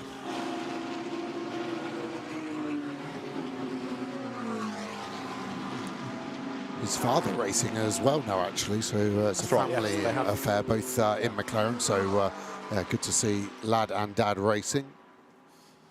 Right, so James Kell in the last sector of the lap. Mikey Porter does a 2:17.6. Still, only Alex Arca in that group did a 2:16, so the optimism wasn't necessarily followed up by the rest, but equally, perhaps that makes Alex Arca's effort more meritorious, and is that another tick for the Audi, that it can deliver the laps? you would say so, wouldn't you? And another tick for Alex Arco as well. He's been in good form this year as we look at another Audi and another Audi purple sector. There you go, backs up the point. Yeah, nice timing there with the shot we pick up there. Where's it going to be in Sector 2? This is the one every time we see Sector 2 for the Audi, it's plus 5/10 off the fastest. What's it going to be this time for the number 66? It's only a 10th off. This is going to be good. It is, but it's his last shot, Rocco Mazzola there, because we've got to the end of Q4B, so he'll take the flag this time, and that'll do for him. Rocco Mazzola then is 10th on the average and 13th within this Q4. Comes out of Blanchimont. Bit of traffic up the road. Won't catch it, I don't think. So remember, the sister car did a 2:16.9, and Mazzola now hauls the car out of the chicane. Don't think he's quite going to do it, but he's going to miss out narrowly. A 17.2, nearly but not quite. Rocco Mazzola then ends 7th in Q4, 10th on the average. Yep, should be good enough to get them through to Superpole, you would imagine. So we go back to Jens Klingmann in the Rover 998 car in 9th at the moment, coming out of turn 19, pushes to the line. This is going to be a good lap, isn't it? 17.8 in the end, goes up to 10th. We just had a car have a lap time deleted for a pit lane infringement. It's the 700 Compu Pro-Am Aston. I don't think it's going to affect our Superpole 32, but just by way of record, you can lose a lap time for an infringement in the pit lane as well. The stewards working rapidly to determine the appropriate penalties. You look at Gilles Stadsbader here coming up towards the line, may even box. Yeah, it looks like he's backed out of it. I think it was fully lift and coast through the final part of Blanchimont, and engineers will be asking the drivers just to save them a bit of fuel at the end of this. It's a hard qualifying to work out how much fuel to put in when you're cycling through 3-4 drivers, all saying they only need 1 lap to do their time, and then traffic maybe needing 3 or 4 and using up to 4 kilos of fuel a lap round here. So hard for the engineers to work out how much to put in these cars. So the final part of qualifying is underway. You can see that we're already down to our last 7 minutes of the night, and now the pros venture out onto the circuit. Away there goes 48, the Mann-Filter Mercedes. That's got to be a potential pole car, but it's got to be a potential winner as well. And for Maro Engel, winner of both IGTC races already this year. Yeah, they're effectively 6th at the moment in the pro class part of quali, so where's that going to put them? I think they're probably going to look at well inside the top 10. I reckon they've got a chance maybe of a top 4 with Maro Engel now about to set his times. As here into La Source comes Nicky Thiem in the 007 Aston, and he steps over the curb and drags a little bit more gravel onto the road, but Nicky Thiem ought to be quick here. He's always a star, he's always spectacular, he's always brave, and he's the perfect combination for Spa. Yeah, another victim, turn 1 Monza, wasn't he, as well? We had a great interview with him afterwards, and he was pretty calm about it considering what he went through, but he always delivers some action. That's one thing the Dane never lacks on. Absolutely right. So here, coming up towards Les Combes, is the Aston, and he's done a decent enough first sector. Fabian Schiller, though, going even faster in sector 1 behind him in the number 17 Get Speed Mercedes. And I highlight that because it means that brake situation they were looking at is okay. Yeah, well, we know it's rolling. We don't know if the performance is 100% there, and I'm sure they had a bedded disc if they had to swap it anyway. You don't want to put a brand new disc on that hasn't gone through the heat process. It just doesn't have the bite, and it can be dangerous as well because it hasn't gone through the extremes of 600 degrees. And the bedding process for a GT3 car can take up to 6-7 laps to get the disc fully bedded in. So we're still looking at times in the 16s as the target. There is the charging Fabian Schiller, another part of that Nürburgring 24-hour winning crew. Fabian Schiller, who's another good, steady and speedy pair of hands for Mercedes AMG. Let's see what he can deliver in the course of this race. It's a good combination, that, isn't it? Schiller, Maxime Martin, Maxi Goetz, and 2/3 of that team, previous winners of this event. Goetz and Martin a win each. And Fabian Schiller, to the eye, looks quick. We'll see where the lap time puts him. Nicky Thiem is about to head up towards the timing line. And as he does so, he's going to rattle up the curb, as you see. Now pulls the pin out of the last corner, heads up towards the line, a 14, a 15, a 16, no, 17.4. This is Schiller. He's going to be comparable, I would have thought, as he goes through on a 17.1. And Mirko Bortolotti, last year's winner. He was the man that brought it home at the end of the race. That's a slow lap, 2:18.5. Yeah, it just doesn't seem to be able to turn a lap time out at the moment. The new Lamborghini taking over from the super successful Huracan, still finding its teeth as we go on board with the 46 BMW. Max Hesse with a minimal amount of lights. You can just see the yellow lights disappearing out the bottom of your shot as he goes into turn 1. And that car up to 17th. It's struggling, like you said earlier. The BMW unable to really worry the top 10. Looks as though we're going to get at least one Bronze Cup car in Superpole.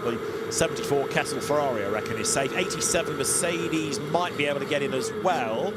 And despite losing its best lap for the pit infringement, I think 700, the Contiu Aston, is good for the Pro-Am pole, albeit outside Superpole. It's looking a lot darker all of a sudden on board here, isn't it? Happens every day, David. Only at night. 32, Charles Wirtz goes through. 13th. How are we doing in terms of times within this last part? The best is Schiller on a 17.1. So Alex Arca's 16 looks ever more meritorious. Yeah, the 16s have been weird, haven't they? They've just popped out of nowhere, then disappeared again. We had some in the middle part of Q3, and they were like, OK, happy hour's coming. And then the pros couldn't deliver in their Q3, or their second session in Q3, that was. And, hidden under all those 17s and 18s, the 16s, yeah, they must be there somewhere. Yeah, exactly. Keep on grovelling. Right, up towards the chicane comes the charging Mauro Engel. Right, now let's see what Mauro can do here. Jules Gounon's just done a 17.0, so oh so close to our magic number of a 16. And Engel a 2.15, a 2.16, a 2.17.4. So that's going to put him now fourth in the average, and the bronze pole, just to confirm, that will go to the Kessel Ferrari number 74, as we were predicting. Yeah, and they're going to be the only bronze car in Superpole as well. The 87 has dropped to 35th overall, so that's important for the class, because they're going to have to put potentially a lot of cars between themselves in that first and second place in bronze. Now, what about this BMW? Charles Wirtz given the last stint to do. He's on the limit. It was wide off the apex because he was laying down rubber, so they're unable to just generate lap time anywhere. Fabian Schiller, a 2.16.817. He has now gone ahead of Alex Arca, so Fabian Schiller is fastest within this isolated session, and he's put 17 to the top on the average. Yeah, mega lap from Schiller. They're having a strong run last year, then he had contact in the overtaking, a back marker, which effectively ended their race. That was brutal for a car that was looking so strong for so much of the race last year. So Charles Wirtz comes through what looks like a rather insect-ridden night time now, with lots of things flying in front of the camera. So he's splatting on the lights and on the windscreen up towards the chicane. Bug central, but the BMW improving in the sectors, but is it improving enough? Raffaele Marciello and Bastian Boost, BMW and Porsche respectively, are behind him on the lap. So Wirtz up to the line, and it's going to be a 17.5, not stellar. This is Marciello, another winner of the event, comes over the line, and that's a 2.17.6, that's slow. And Bastian Boost at 17.0, nearly then, tipping under into the 16s, but not quite. And the flag is about half a minute away. Yeah, so quali are about 0.6 slower on average than last year, and that is down to the weather, I think. Picariello, number 2 Porsche in the 16s. Gounon a 17.0, nearly there, but Alessio Picariello for Boots and VDS, 2.16.989. So 3 drivers in Q4, and we have a full course yellow with 11 seconds to go, and that's the end of the session, isn't it? Yeah, that's done. Yeah, no one's going to be able to. Oh, and back to green, and then a checkered flag. So that full course yellow graphic that suddenly appeared. Strange, but anyway, some drivers box, and if anybody slowed, they have missed a chance of an improved lap, but the flag is out. The good news is no pro car was on the cusp, so all our pro cars have made it into Superpole. So I don't think this has effectively ruled anyone out of our top 32. 74 does stay in Superpole contention as well, in 30th place. So the fans that have stayed, some clad, some rather less so. That reminds me, I've got some cold chicken in the fridge. They are now finding themselves on the big screens and enjoying their evening of GT3 action here at Spa, which is now done. This gives us our top 32, which is in that timing tower you can see, and 9th for 007 Aston, which is decent. The best of the golds, number 58, gets through. The best silver, number 5, McLaren, gets through as well. So nice mix of cars. But of course, from here on in, it's a knockout, isn't it? 32 to 16, down to 8, down to 4. Yeah, so all pro cars through. That's not a surprise. All gold cars through, bar one, the 24 Corvette from Stella Motorsport. And then we've got a splattering of silver cars as well, the 52 Ferrari, the 44 McLaren, the 66 Audi, our Monza winners, the 6 Mercedes, 25 Audi, and that 5 McLaren. So a good representation from our younger, less experienced silver graded drivers as well. Interesting session, a long session, granted, with the splits of the categories and also the interruptions via the red flag, but all done with good intent to give people that clear track space. Right, let's hear from one or two of the drivers before we go much further. Sarah Bovey, the Grand Marshal at Le Mans, is here, and she's with Gwenelle. Sarah Bovey, congrats on that pole position in the Pro-Am class. It's done now for just 700 of a second. Great job from all this full Belgian lineup today. Yeah, it's a great surprise. It's a great way to end the day and to now look forward to the race.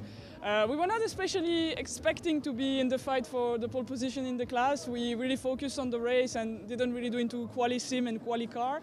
But I have to say that every single drivers and the team and the mechanics, they really did an awesome job to provide us with a car that was fast enough, just fast enough, but still fast enough.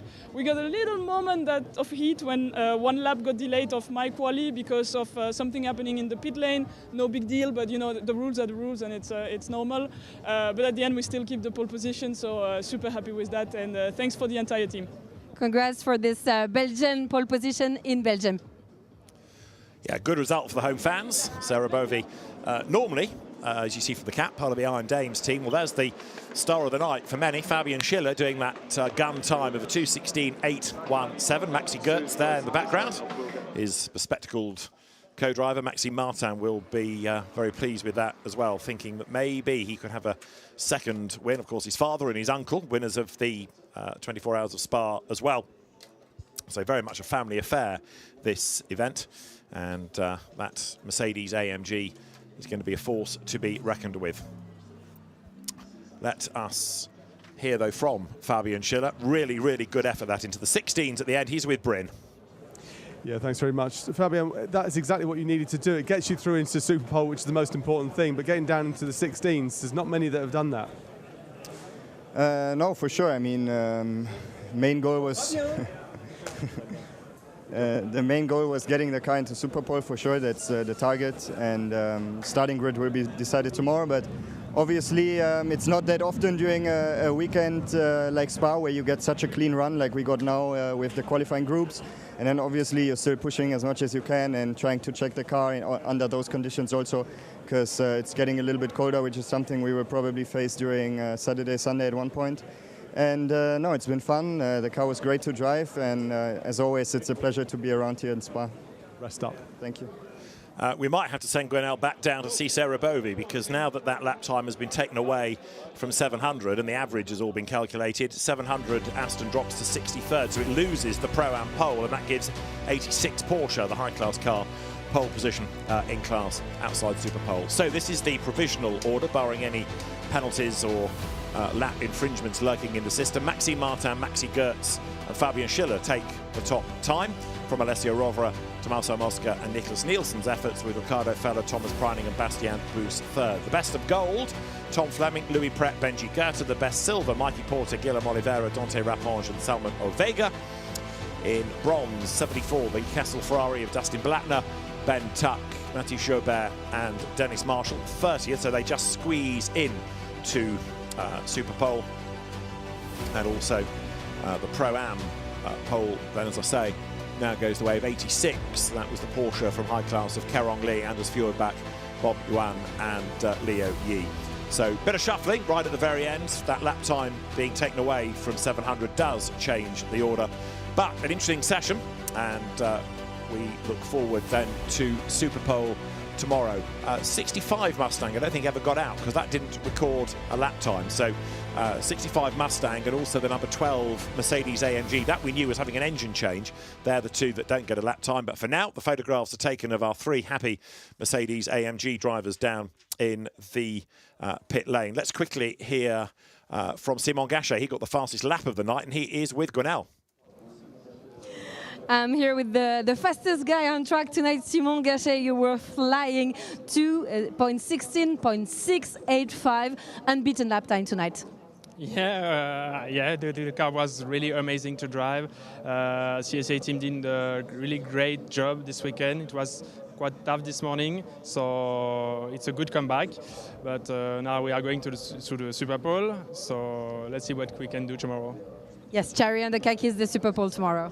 Yeah, the guys on the Superpole tomorrow.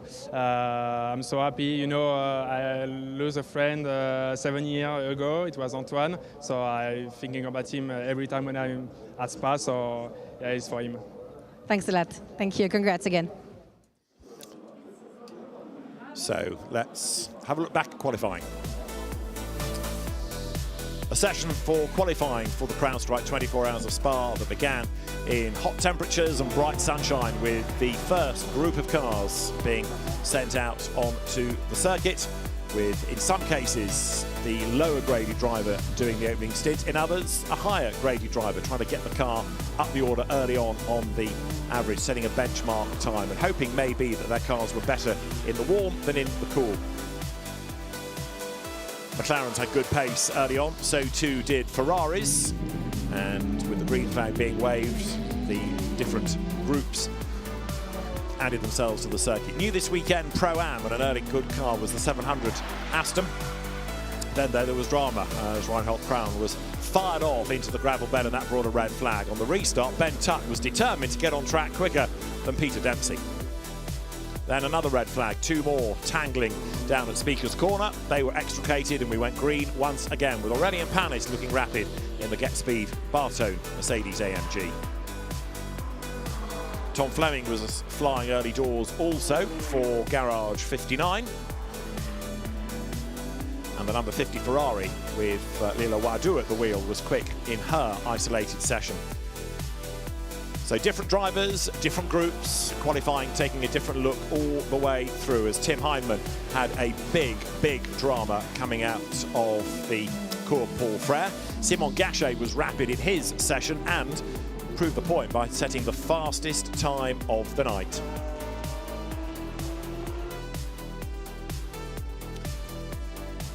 So for Benjamin Pack, he was another quick driver as his Mercedes AMG cycled through its laps, and Mathieu Jaminet for the Herbert Motorsport team topped his group as well. But of course, it's not just the isolated lap times within the sessions, it's where you are on the average, and the fastest 32 would go through to Superpole, and that was a delighted Winwood Racing squad that got their car into the top group, but they didn't get the bronze pole because the fastest time there went to that number 74 Kessel Ferrari. The number 5 Optimum McLaren was looking strong as well, and as we got to the final part of qualifying, Audis were looking strong also, as to the end of qualifying came number 58. That was on target to take the gold pole provisionally and go 10th, at least the fastest gold of the night. On the average, number 80 Porsche was 3rd, 51 Ferrari would end up 2nd on the average, but it was the number 17 Mercedes AMG, Fabian Schiller, doing the time that topped the times. And that sets us up for Superpole tomorrow, which should be an absolute stormer here at Spa.